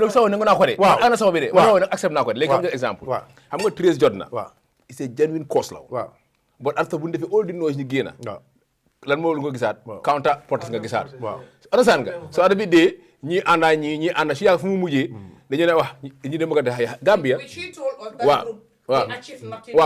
So xam nga Gambia gis nga lolé gis nga non talibé sen groupe bi depuis tay bi jamé la am. Soko baxé de solidarity march bu jàmm ci xam nga understand nga deuxième green guy muy ñëwaat so moo tax ma ne la pour nga gis pour unité bi lañ soxla. No, unity bi no loolu la ma ne la unity bi mooy problème bi we will advocate for that. So let's move to another, and that is the stand for Gala. No, your stand is good. That is stand for Gala. Before we go, this during this week, of course I'm in to the lawyer, I'm in Binda name, Kurang. Ne dañ ko 7 days lañ ko jox bala 7 days so apologize dañ ko su for 144 million. So dama bëgg nga jël ñaari yëpp together. Waaye gis nañu tamit the Ghana ambassador in South Africa. What are the two visa? So it's very complicated. They got to read the audio. So aritam la de mo di arito ak gaay yépp waaw aritam la waaw kay aritam la mu wax fi na Fatimata nekkul aritam waxal Okay. Well, I get doing that. No, waxal. No, mu wax rek. Fan ma nekku sa arrêt. Waxal. I take questions from one person. Okay, Buba, answer. Buba, answer. Ask her. Munda may definite statement dal na of course UDP is an MP and also Yansa Boba Juka and also Coach Pasamba. But let's start with the law again. Ami Bensuda Kuran. Okay, Chilulu, lima shimuna watak maine. Again, so ko correlate at Finjogi.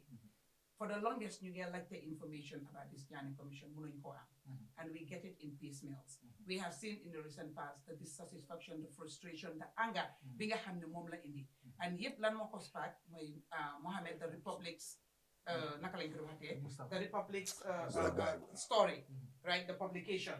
And again, nekut ne lu esla, why at least more jail na time of the detail the muna pinpoint, you understand, and back it up with evidences that you know and things like that.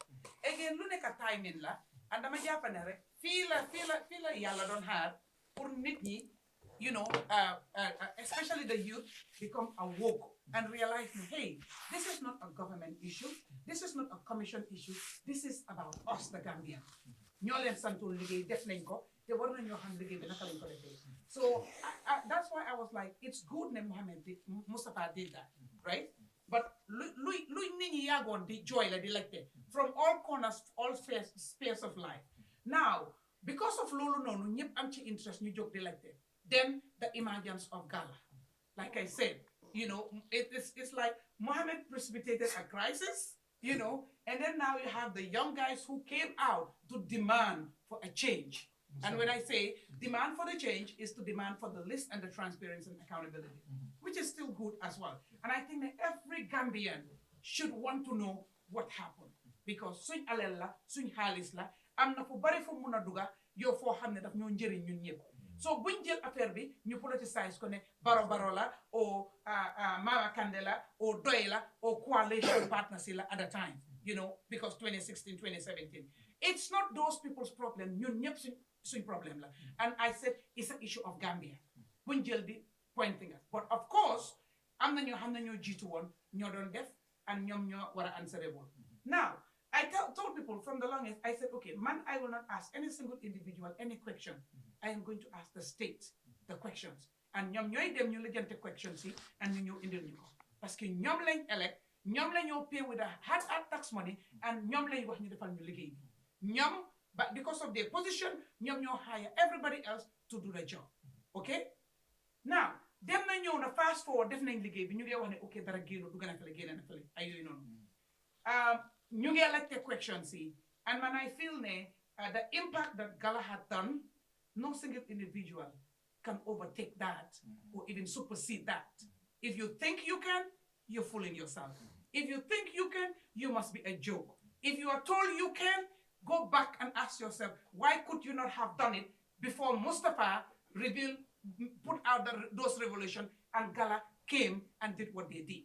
So at the end of the day, face a relevance, a prominence that they consume our minds, we don't think right.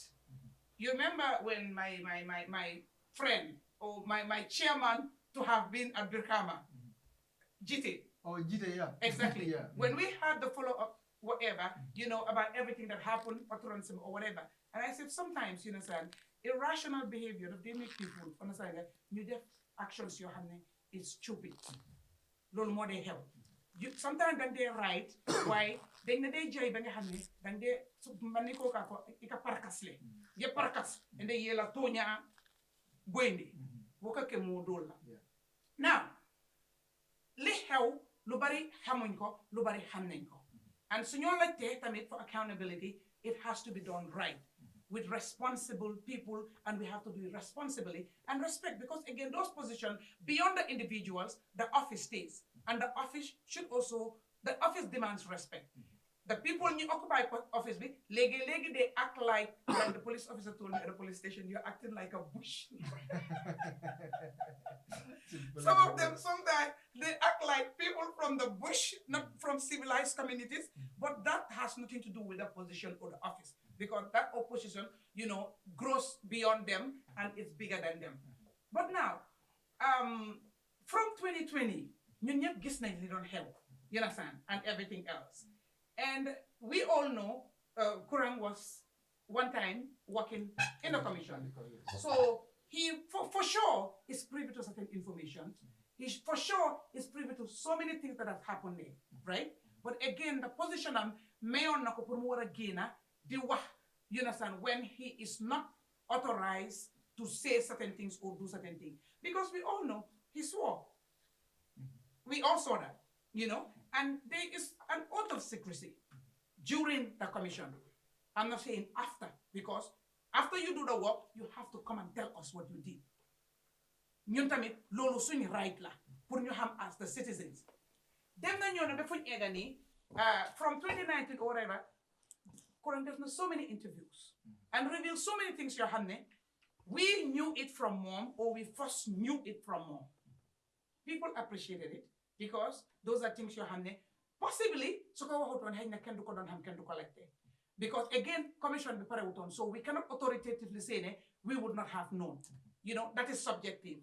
Why now, if we want to hold people to account, like I said, we have to be responsible in the way we do it, in our utterances, in our actions, and everything else.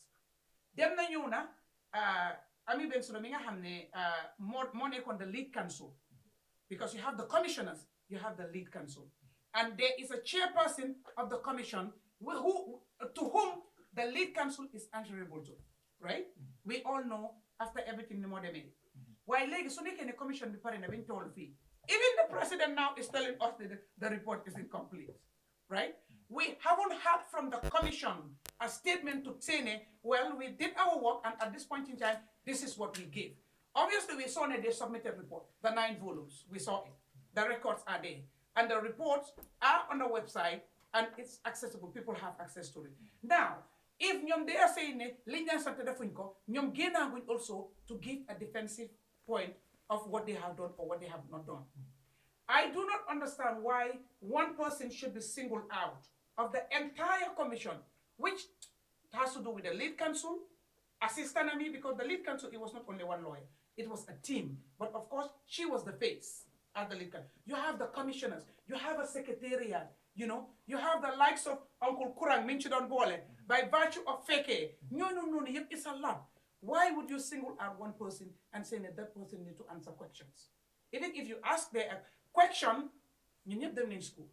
Question, a statement is different. It's quite different. You can ask a question that is, you are requesting for an answer because you don't know, or you want to collaborate with what you know. Or making a statement, you understand, that could seem, or that is an accusation is also different.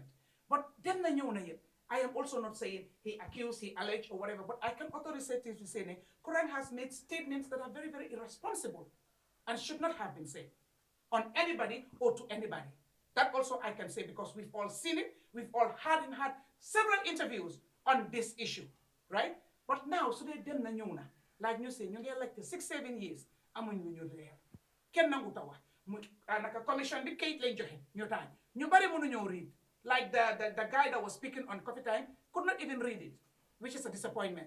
A lot of people cannot read because maybe it's too much, maybe lack of, because they are illiterate or lack of understanding. Now, Mustafa has done findings for months and come out with something. There are still questions to be answered. The parliamentary have been shouting for the longest, and you have the minister say, I'm not going to give it to you. But of course, they don't have teeth to bite. They also let it go under the carpet, right? Now you have Gala came out, okay? Out of Gala's coming out, something happened, and with this, the response from the government, the cabinet. They removed the list, which they are telling us now, it is misleading. It's not correct. The president has spoken to tell us, I did not know what was happening, which is also another big disappointment. And I still ask, what happened to the 87 advisors? What were you doing all this time? He needs to look into that. And then now the woman felt, okay, you are pointing fingers at me when you're not supposed to be. I want you to take it back, or we're going to go to court. Man, I want it to go to court. I don't want any out-of-court settlement.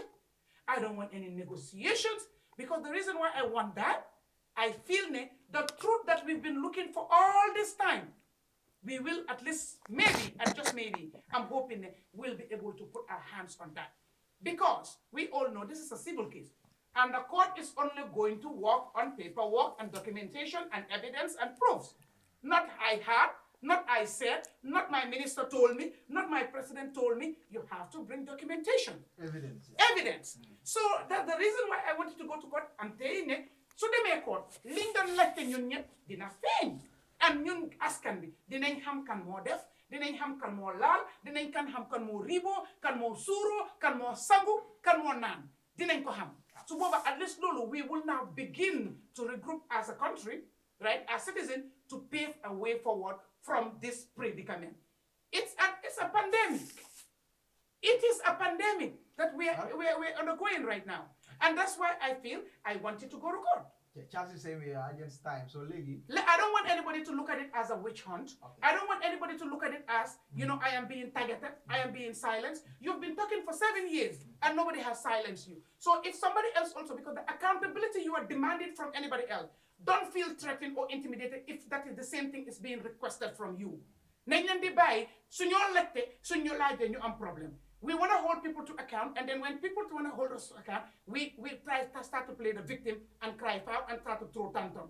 Oh boy, I'm waiting for next week so that proceedings can start. Hopefully, documentation can start to flow. Hopefully, evidences can start to be presented, and then we do that. Now, I want to address one more thing. I think it is misleading when people also want to say that commissioners are public office holders or whatever.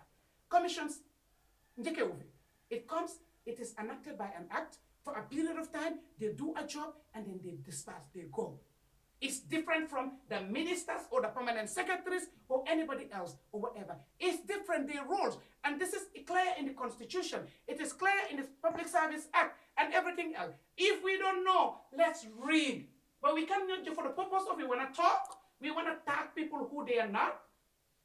Some people like us, we're smart, and we read between the lines. We ain't going to allow it. We're going to debunk it. Yes, let's hold people to account, but responsibility with facts and evidences, not just because we want to score political points, just because we want to be the loudest and be heard, be seen to be lighting. No, facts and evidences. So about Farmata Jahumba? Okay. Yes, the lady said statements that unbecoming of the position that she holds, outside of even the position, somebody who has worked in several areas in the country, who even one time being a speaker, that is number 3 in terms of the hierarchy of position or whatever. It is unbecoming. And I did not see anybody who must support Linda. Nyepa correct, naka nyawlu, even myself, ma nyawlu ko, referred in any way. And again, UDP, wanalan wax yu ñaaw yo xamne ñomit ñu ci bari jog nañ ñu tontu ko ñu manifest and frustration. I want to believe I want to hope the government ñu ko jox liggéey, it is for them now to get up and say liñ la sante defuloo ko, or you're not representing the position of the country in that way. But again, I question whether that is going to happen, because this is not the first time a diplomat from a country outside the Gambia behave in a way that does not represent the good image of the country, or the people of the country will be happy of those interaction or utterances or whatever. We can count on our fingers different countries seem help. So it's just one of those why it doesn't make it right. It was unfortunate, it was despicable, it was embarrassing, it was just not nice. Thank you so much, Nene. By a reaction on the first Quran and Amin Ben Suda. Yeah, thank you so much, Buba. Regarding the incident between Kurang and Ami Bensouda, like I said, for me, when you are accused, there are avenues for you to clear yourself. That's my belief. And another point is, I believe whoever works in the government, at the time working for the government, you're working for the public. So at that time, the person is a public servant. Time serving the state at that time, serving the public at that time. That's my belief. The people who are working for anybody who work for the government, either on a contract or whatever, as far as you work for the public, you work, government dogo di me alongo, I mean, banko mo la dogo lem. You understand? That is a trust. Me alongo banko dungo la dia, right? You might not call you a civil servant, but I believe the word public servant is something me alongo I can use it to anybody may I don't go the person serve in the public space. That's my stand. Anybody who work for the public, you are a public servant at the time when you were working for the public. I stand by that. And again, like I said, for me, I believe one thing. When you are accused of things, there are avenues. And any avenue you can able to clear yourself. You can use those avenues to clear yourself. Some people use the media to clear themselves. Whether it's true or not, I mean, that's left to the public, right?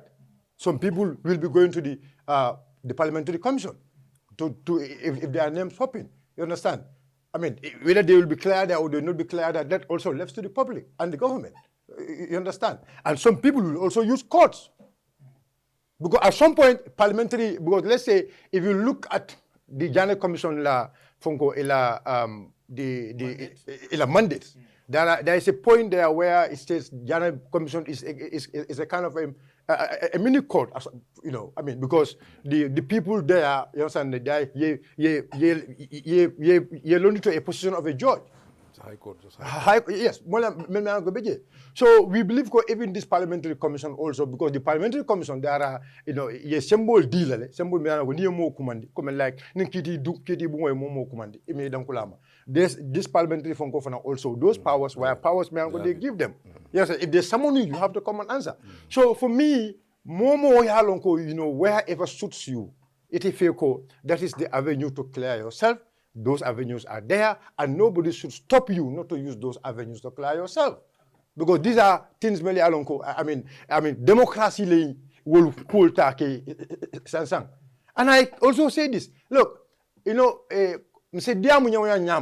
like we should always make sure our words are balanced. You understand? Democracy now words should always be balanced and truth and factful. They need to be truthful. Before Kela, now make sure Tonya Tarako Koma. And personally, I will always stand by the truth. Because especially in the sales of Jambe's assets. Because Jambel assets you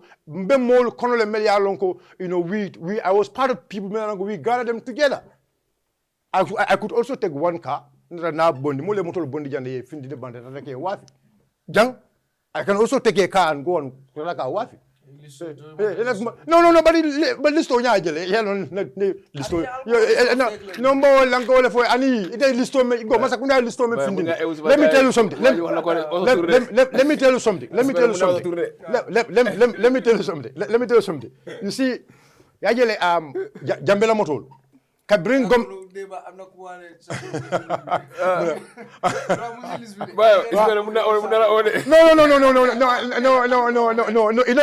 know what happened is when they came. I mean, when Jana Commission came, by that time, what they did was what they did when Jana Commission came. All the vehicles, no, no, can't make you know the things. No, they couldn't motobi. I'm going when Janet Commission came, they did an inventory on all the vehicles which were on the office of the president. And that's what I was saying. Yes. No, there was an inventory, and that inventory is available. Exactly. You understand? That inventory is available. So that's why we're able to know what. When they gave us the report, we know which one they did not put there and which they put there. There was an inventory, and that inventory I can say fully, because that inventory, the inventory I saw, that was a true inventory.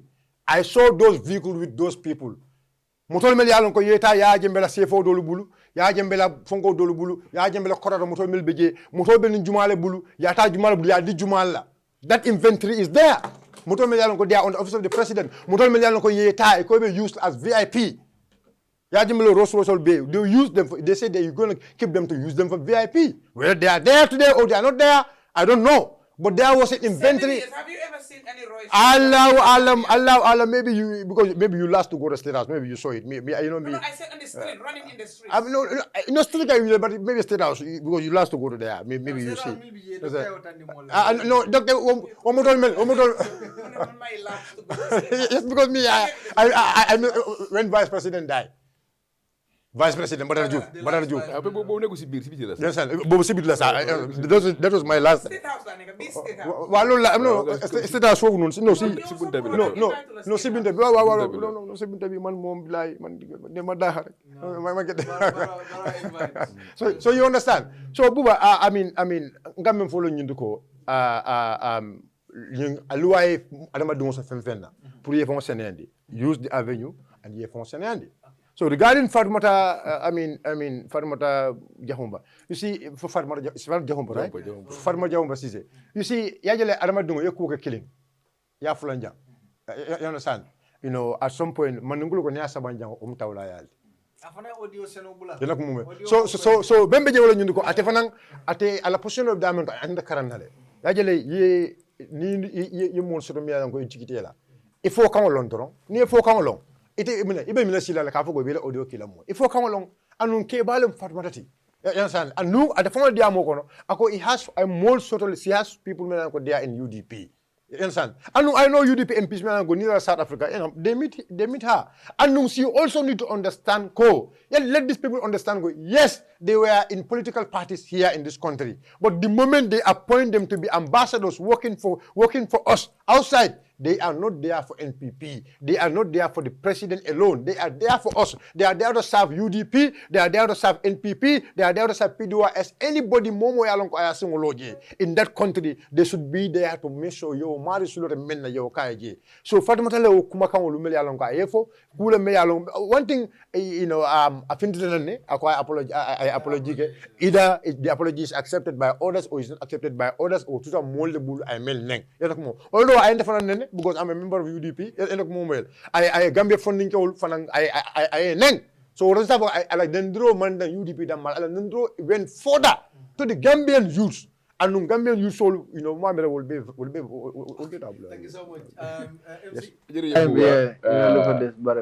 Comme loo wax rek mooy diggante lawsuit bi nga xam ne diggante Alaaji Kora ak Ami Bensouda foog naa ci boo ko xam ne démocrate war ngaa welcome that lawsuit man dama gëm ne ñaari mbir la Gambie si war di xool mooy benn protest wala naxari nga taxaw li neexul ma ak court une démocratie court bi dafa war a busy man nanguwuma ngay wax nit xam nga ngay def defamation of character di wax nekk si nit kooku am na right tam pour dem court suñu waxee ne dafa am ñoo xam ne daf ko laaj am benn sort of benn obligation pour wax benn Gambians because tey soo xoolee commission bi ba tembedu am benn is a private citizen mu amee private contract lañ ko jox bu nga xam ne moom ak teamam bi la muy cembaam bi ñun kan moo war a wax ak Gambien si mooy ba tembedu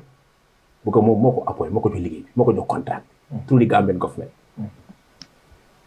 tey for exemple stadium bi xam nga tey jënd contract nit ko xam moo ko amee comme Jigo waaye Jigo lu ñuy wax Gambien si fa la stadium bi toll is the minister of youth and sport mooy génn leeral Gambien si ne fii la fii toll so mënoo ñu ki contrat bi génn di wax ne man liggéey bi nii ak déedéet ñu ko jox contrat bi ñoo war a génne wax ak Gambien si and public officer ñëpp xam nañ ko tey soo xoolee di entire commission bi ku war a génne leeral mooy di lu ñu ne jaane commission they have chairperson nga wele kooku responsabilité mu war a ñëw waxtaan tey suñu war a laaj question about the commission ku mu war a laajte mooy di chairperson of the commission bu ko moom mooy chairman bi ak committee ay benn soo xoolee di set up of the commission mooy number 4 dugal nga am 3 commission nga am moom di council muy number 4 so am na ko xam ne kooku any décision mu munti am moom mooy decide kon su nekkee ne am na issue bi bu ko daaxee man dama gëm ne suñu la daaxee liggéey neexut la you can go to the ombudsman office wala nga dem court KMC am na suñu benn staff nga xam ne dañ ko dismiss right now kii sa maa ngi court by the service commission ñu ko daaxa so man dama gëm ne su nekkee ne yow nit liggéey système bi daaxa nen la whatever neexut la bul dem fu social media di query or def whatever man dama gëm ne gis nga defamation of character ñu bari nit foog nga nga am pour au turi neene rek da nga defe déedéet soo waxee ne Christian Council bu nekk KMC te au turi neene loo bi dafa open understand nga so ñu bari doon di understand man dama gëm ne su nekkee lii opportunité la pour Gambien si because kenn silence yu kenn waxul kenn bul waxaat lu ñu wax mooy loo amee si document man lu ma bëgg a gis te lu ñu xuloo lu ñu dégg nekk si mbedd di coow ne account and transparency dañ soxla léegi am nañ di opportunité dem si court bi and the best place pour nga génne evidence nga génne proof mooy court because court dafa laa génneel kayit so man dama gëm ne loolu kenn waru koo wan ne kii dafa bëgg a silence kii bëgg na kii waxaat déedéet kenn mënut a ay kenn because court bi nekk côté Bensouda du côté MC Cham Gambian si indi Gambian bi nekk war nga am confidence and lii dafa wane ne sax ni ngeen ndawloo suñu court bi and suñu court bi ñu gis ne ñaara ñooy dem yaa ngi dem court ak président bi du ko win foofu yaa ko ba jëlee win na keesam against the state against the president so konte dama gëm ne ñëpp dañ war a welcome the legal process bi dañ ko war a welcome won a case against the nee win na keesam several times so on sanga so képp ko xam ne Gambian nga tey da nga war a welcome ne di war a am nañu wane waaw dañ ko who is Ami Bensouda lu tax ñu ko laaj warta answer kenn ku ko war a answer mooy di assembly bi bu assembly ñoo approve all these appointments from the commission and league council assistant benefit yi am yëpp from the assembly MP ñoo vote ne gars yi dañ leen war a fay lii dañ leen war a lii MP yaa ko vote ministre of justice ba tembe moom moo war a génn ne kii jox naa ko liggéey jox naa ko contract 1 year 6 months 1 year 8 months how many years bu gars contract mu pare liggéeyam def na lii ak lii si liggéey bi ñun ak bars ba ñun baro lañ jox liggéey baro appoint ba tembe ba tembe da jël contract ko su jeexlee liggéeyam te joxe liggéeyam so ku ñu war a laaj mooy ba tembe moo war a wax ak Gambien si suñu war a laajte anything about the commission ku war a laajte mooy Jaane naka Jaane su waatee Jaane moom mooy di chairperson mooy di chairman of the commission moom moo war a génn leeral gars yi ne su ma liggéey si commission bi buñ paree yóbbu report bi kan moo ne yóbbu report bi ñu ne yóbbu report bi mooy di commissioners ñu dem state house di lead council bi du dem sax du dem buy lead TRC bu ñu yóbbu report bi Essa Fall demutoon commissioners ñoo yóbbu report bi with ana minister of justice so kon nen nangu nen allow tout process mu continuer kenn ku nekk fu la nee nga far fu la nee nga support bu dama gëm ne we are in démocratie contre nekk ku nekk da nga war a welcome court man dama gëm ne man court laa gën a gëm sax ni su la tooñee nga xam ne daf la tooñ ko ne kañ dem court kooku am na fu lu mu óor lu óorum teg loxo su nekkee ne yow am nga evidence dama nga wane ko soo amutee ñu xam ne amuloo ko su nekkee ne nga fii laaj bu dem ko go man loolu laa gëm de man dama welcome court bi ok so suñu si mbiri naka Fama Jahumpa xam nga suñ ambassadeur yi o suñu embassy yi c'est political bureau ñun suñu embassy yi su ëpp political bureau la dañ fa nekk di gossip di jëw di def audio di déglu audio loolu mooy que c'est suñu embassy daaw na ñu ngi liggéey because tey ban ambassadeur nga gis fii ñu ne is na investor si dëkk bi fii da nga gis kenn ñu ne is na investor boo xam ne mu ngi créer job employment xëy na 10,000 Gambians ñu ngi faa liggéey or 100 Gambians maybe Saudi nag at least Saudi moom léegi-léegi nga gis waaw léegi xoolal ambassadeur nga xam ne sax ay affaire OIC na nii rek lu mu so léegi yow wala ñoom dañ nekk si seen office yi dégg nga audio neene bi dégg nga bàyyi lu bàyyi wax ñoom déglu audio yi fa nekk ak jëw mooy seen liggéey foofu waaye tey Faa Jahumpa suñu xoolee suma yaay la waaye man su ñëwee si réew comme nee de wax man réew laa di gis suma xarit la man suma xarit la de dama waxtaan ak Faa Jahumpa daje naa moom Banjul mu maa jox suma mu ne ma jox naa sa complet nee ne so kon ci nekk ne dëgg bi ñëw ne mënu war def mooy na bàyyi audio kilifa la du xale audio oru de Faa Jahumpa depuis jamono youth bi ngi PP la so nekkul nit ku ndaw te audio yi nga xam ne yaa ngi koo def di wax audio yaa ngi wax nekk sa xol nga wax nekkul loo gëm nga wax de lu mu gëm la wax de loolu la wax lu mu gëm su xolam loolu la wax parce que su nekkee da nga saaga UDP saaguloo Gambie nga saaga donc man am na sama benn mbokk xam ne nekkul UDP tey wala tey suma mbokk nekkul UDP wala tey da nga ma saaga doomi xaraam la dafa mel ne automatiquement sama mbokk boobu bokk na si kon dafa mel ne Gambie si mu leen saaga so su nekkee ne tey yow yaa ngi saaga ban lii ne ko fosta yaa ngi koo def parce que soo xoolee tey soo déggee ñu ne Jahumpa Yaay Jammeh la wala ñu bañ ko oo ñu bëgg ko Yaay Jammeh ko def speaker def ko lu nekk fii waaye xool fu mu mujjee Yaay Jammeh si mbiri audio lu mu fi wax Yaay Jammeh si mbiri audio and defal na ku nekk ku dem ba defal la speaker of the assembly waaye def na ko ñaata mu ngi koo def ay audio soo nekkee kilifa peut être ñoom moom tey si nekkoon ne lu mu wax noonu neene ak noonu jukka ak noonu pa ko su nekkoon nguuri Yaay Jammeh la ñuy tey kenn duñ toogaat fii because soo waxee ne ñooy sponsor xale yi pour ñu génn Macky Sall nguuram téye nañu bëri because of lii mais yow Jammeh Sané parcelle nii leen ko téye la ko Macky téye woon wan yaa mu ngi président bu ko Macky dafa gëmoon ne noonu Jammeh ñoo jël xaalis di ko jox xale ñu génn si mbedd bi soo waxee ne ñoo joxe xaalis di ko jox yaa ngi yaa ngi def nga après yow yaa ngi ñi sa ay ndaw leen di waxtaan ak ñoom ay xarit leen.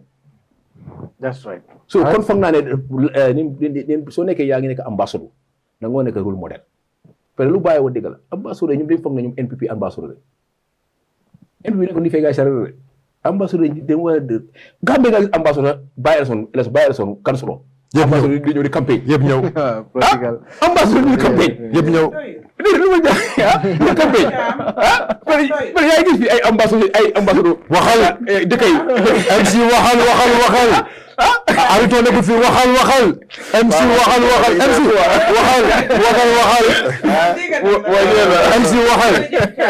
MC waxal dama me fu naalon MC waxal so much gal teduka je baage bi nga ker fayanda teduke je baage katara nyum programme ko mafale ko ala baraka baage ko nyum programme face à sembe di alta cordal sangi ela nombal le ka bori screeno dumal be jere al sir nombataje cordal lori bandi mari ko wafi ale bari e ka cordal faram wafi ale ne media lon ko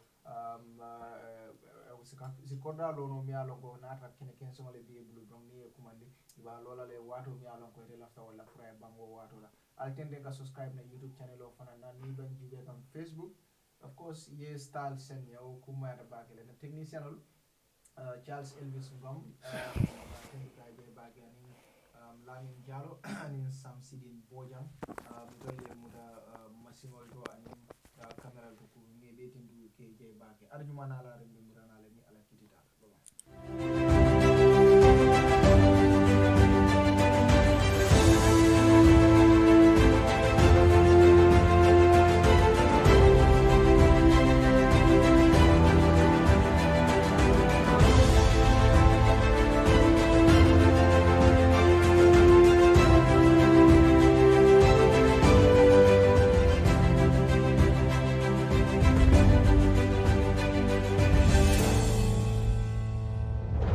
CareFinder is a real estate company that focuses on property development within the Gambia. We pride ourselves with providing not just quality and durable houses, but also state-of-the-art designs tailored to our clients' tastes and expectations. Our unique experience and expertise is second to none in the industry. We are currently building and selling 3-bedroom bungalows at Sukuta Traffic Lights and Jabang. We're also building and selling 3-bedroom story buildings at Sukuta Paradise. Other sites are also in the pipeline. With CareFinder, payment options are available. With just 40% deposit, you can get your house started. For more information, contact us on 329-5188, 727-0049, 709-8418. You can also check us out on Facebook and Instagram at CareFinder. With CareFinder, you are assured of a secure investment.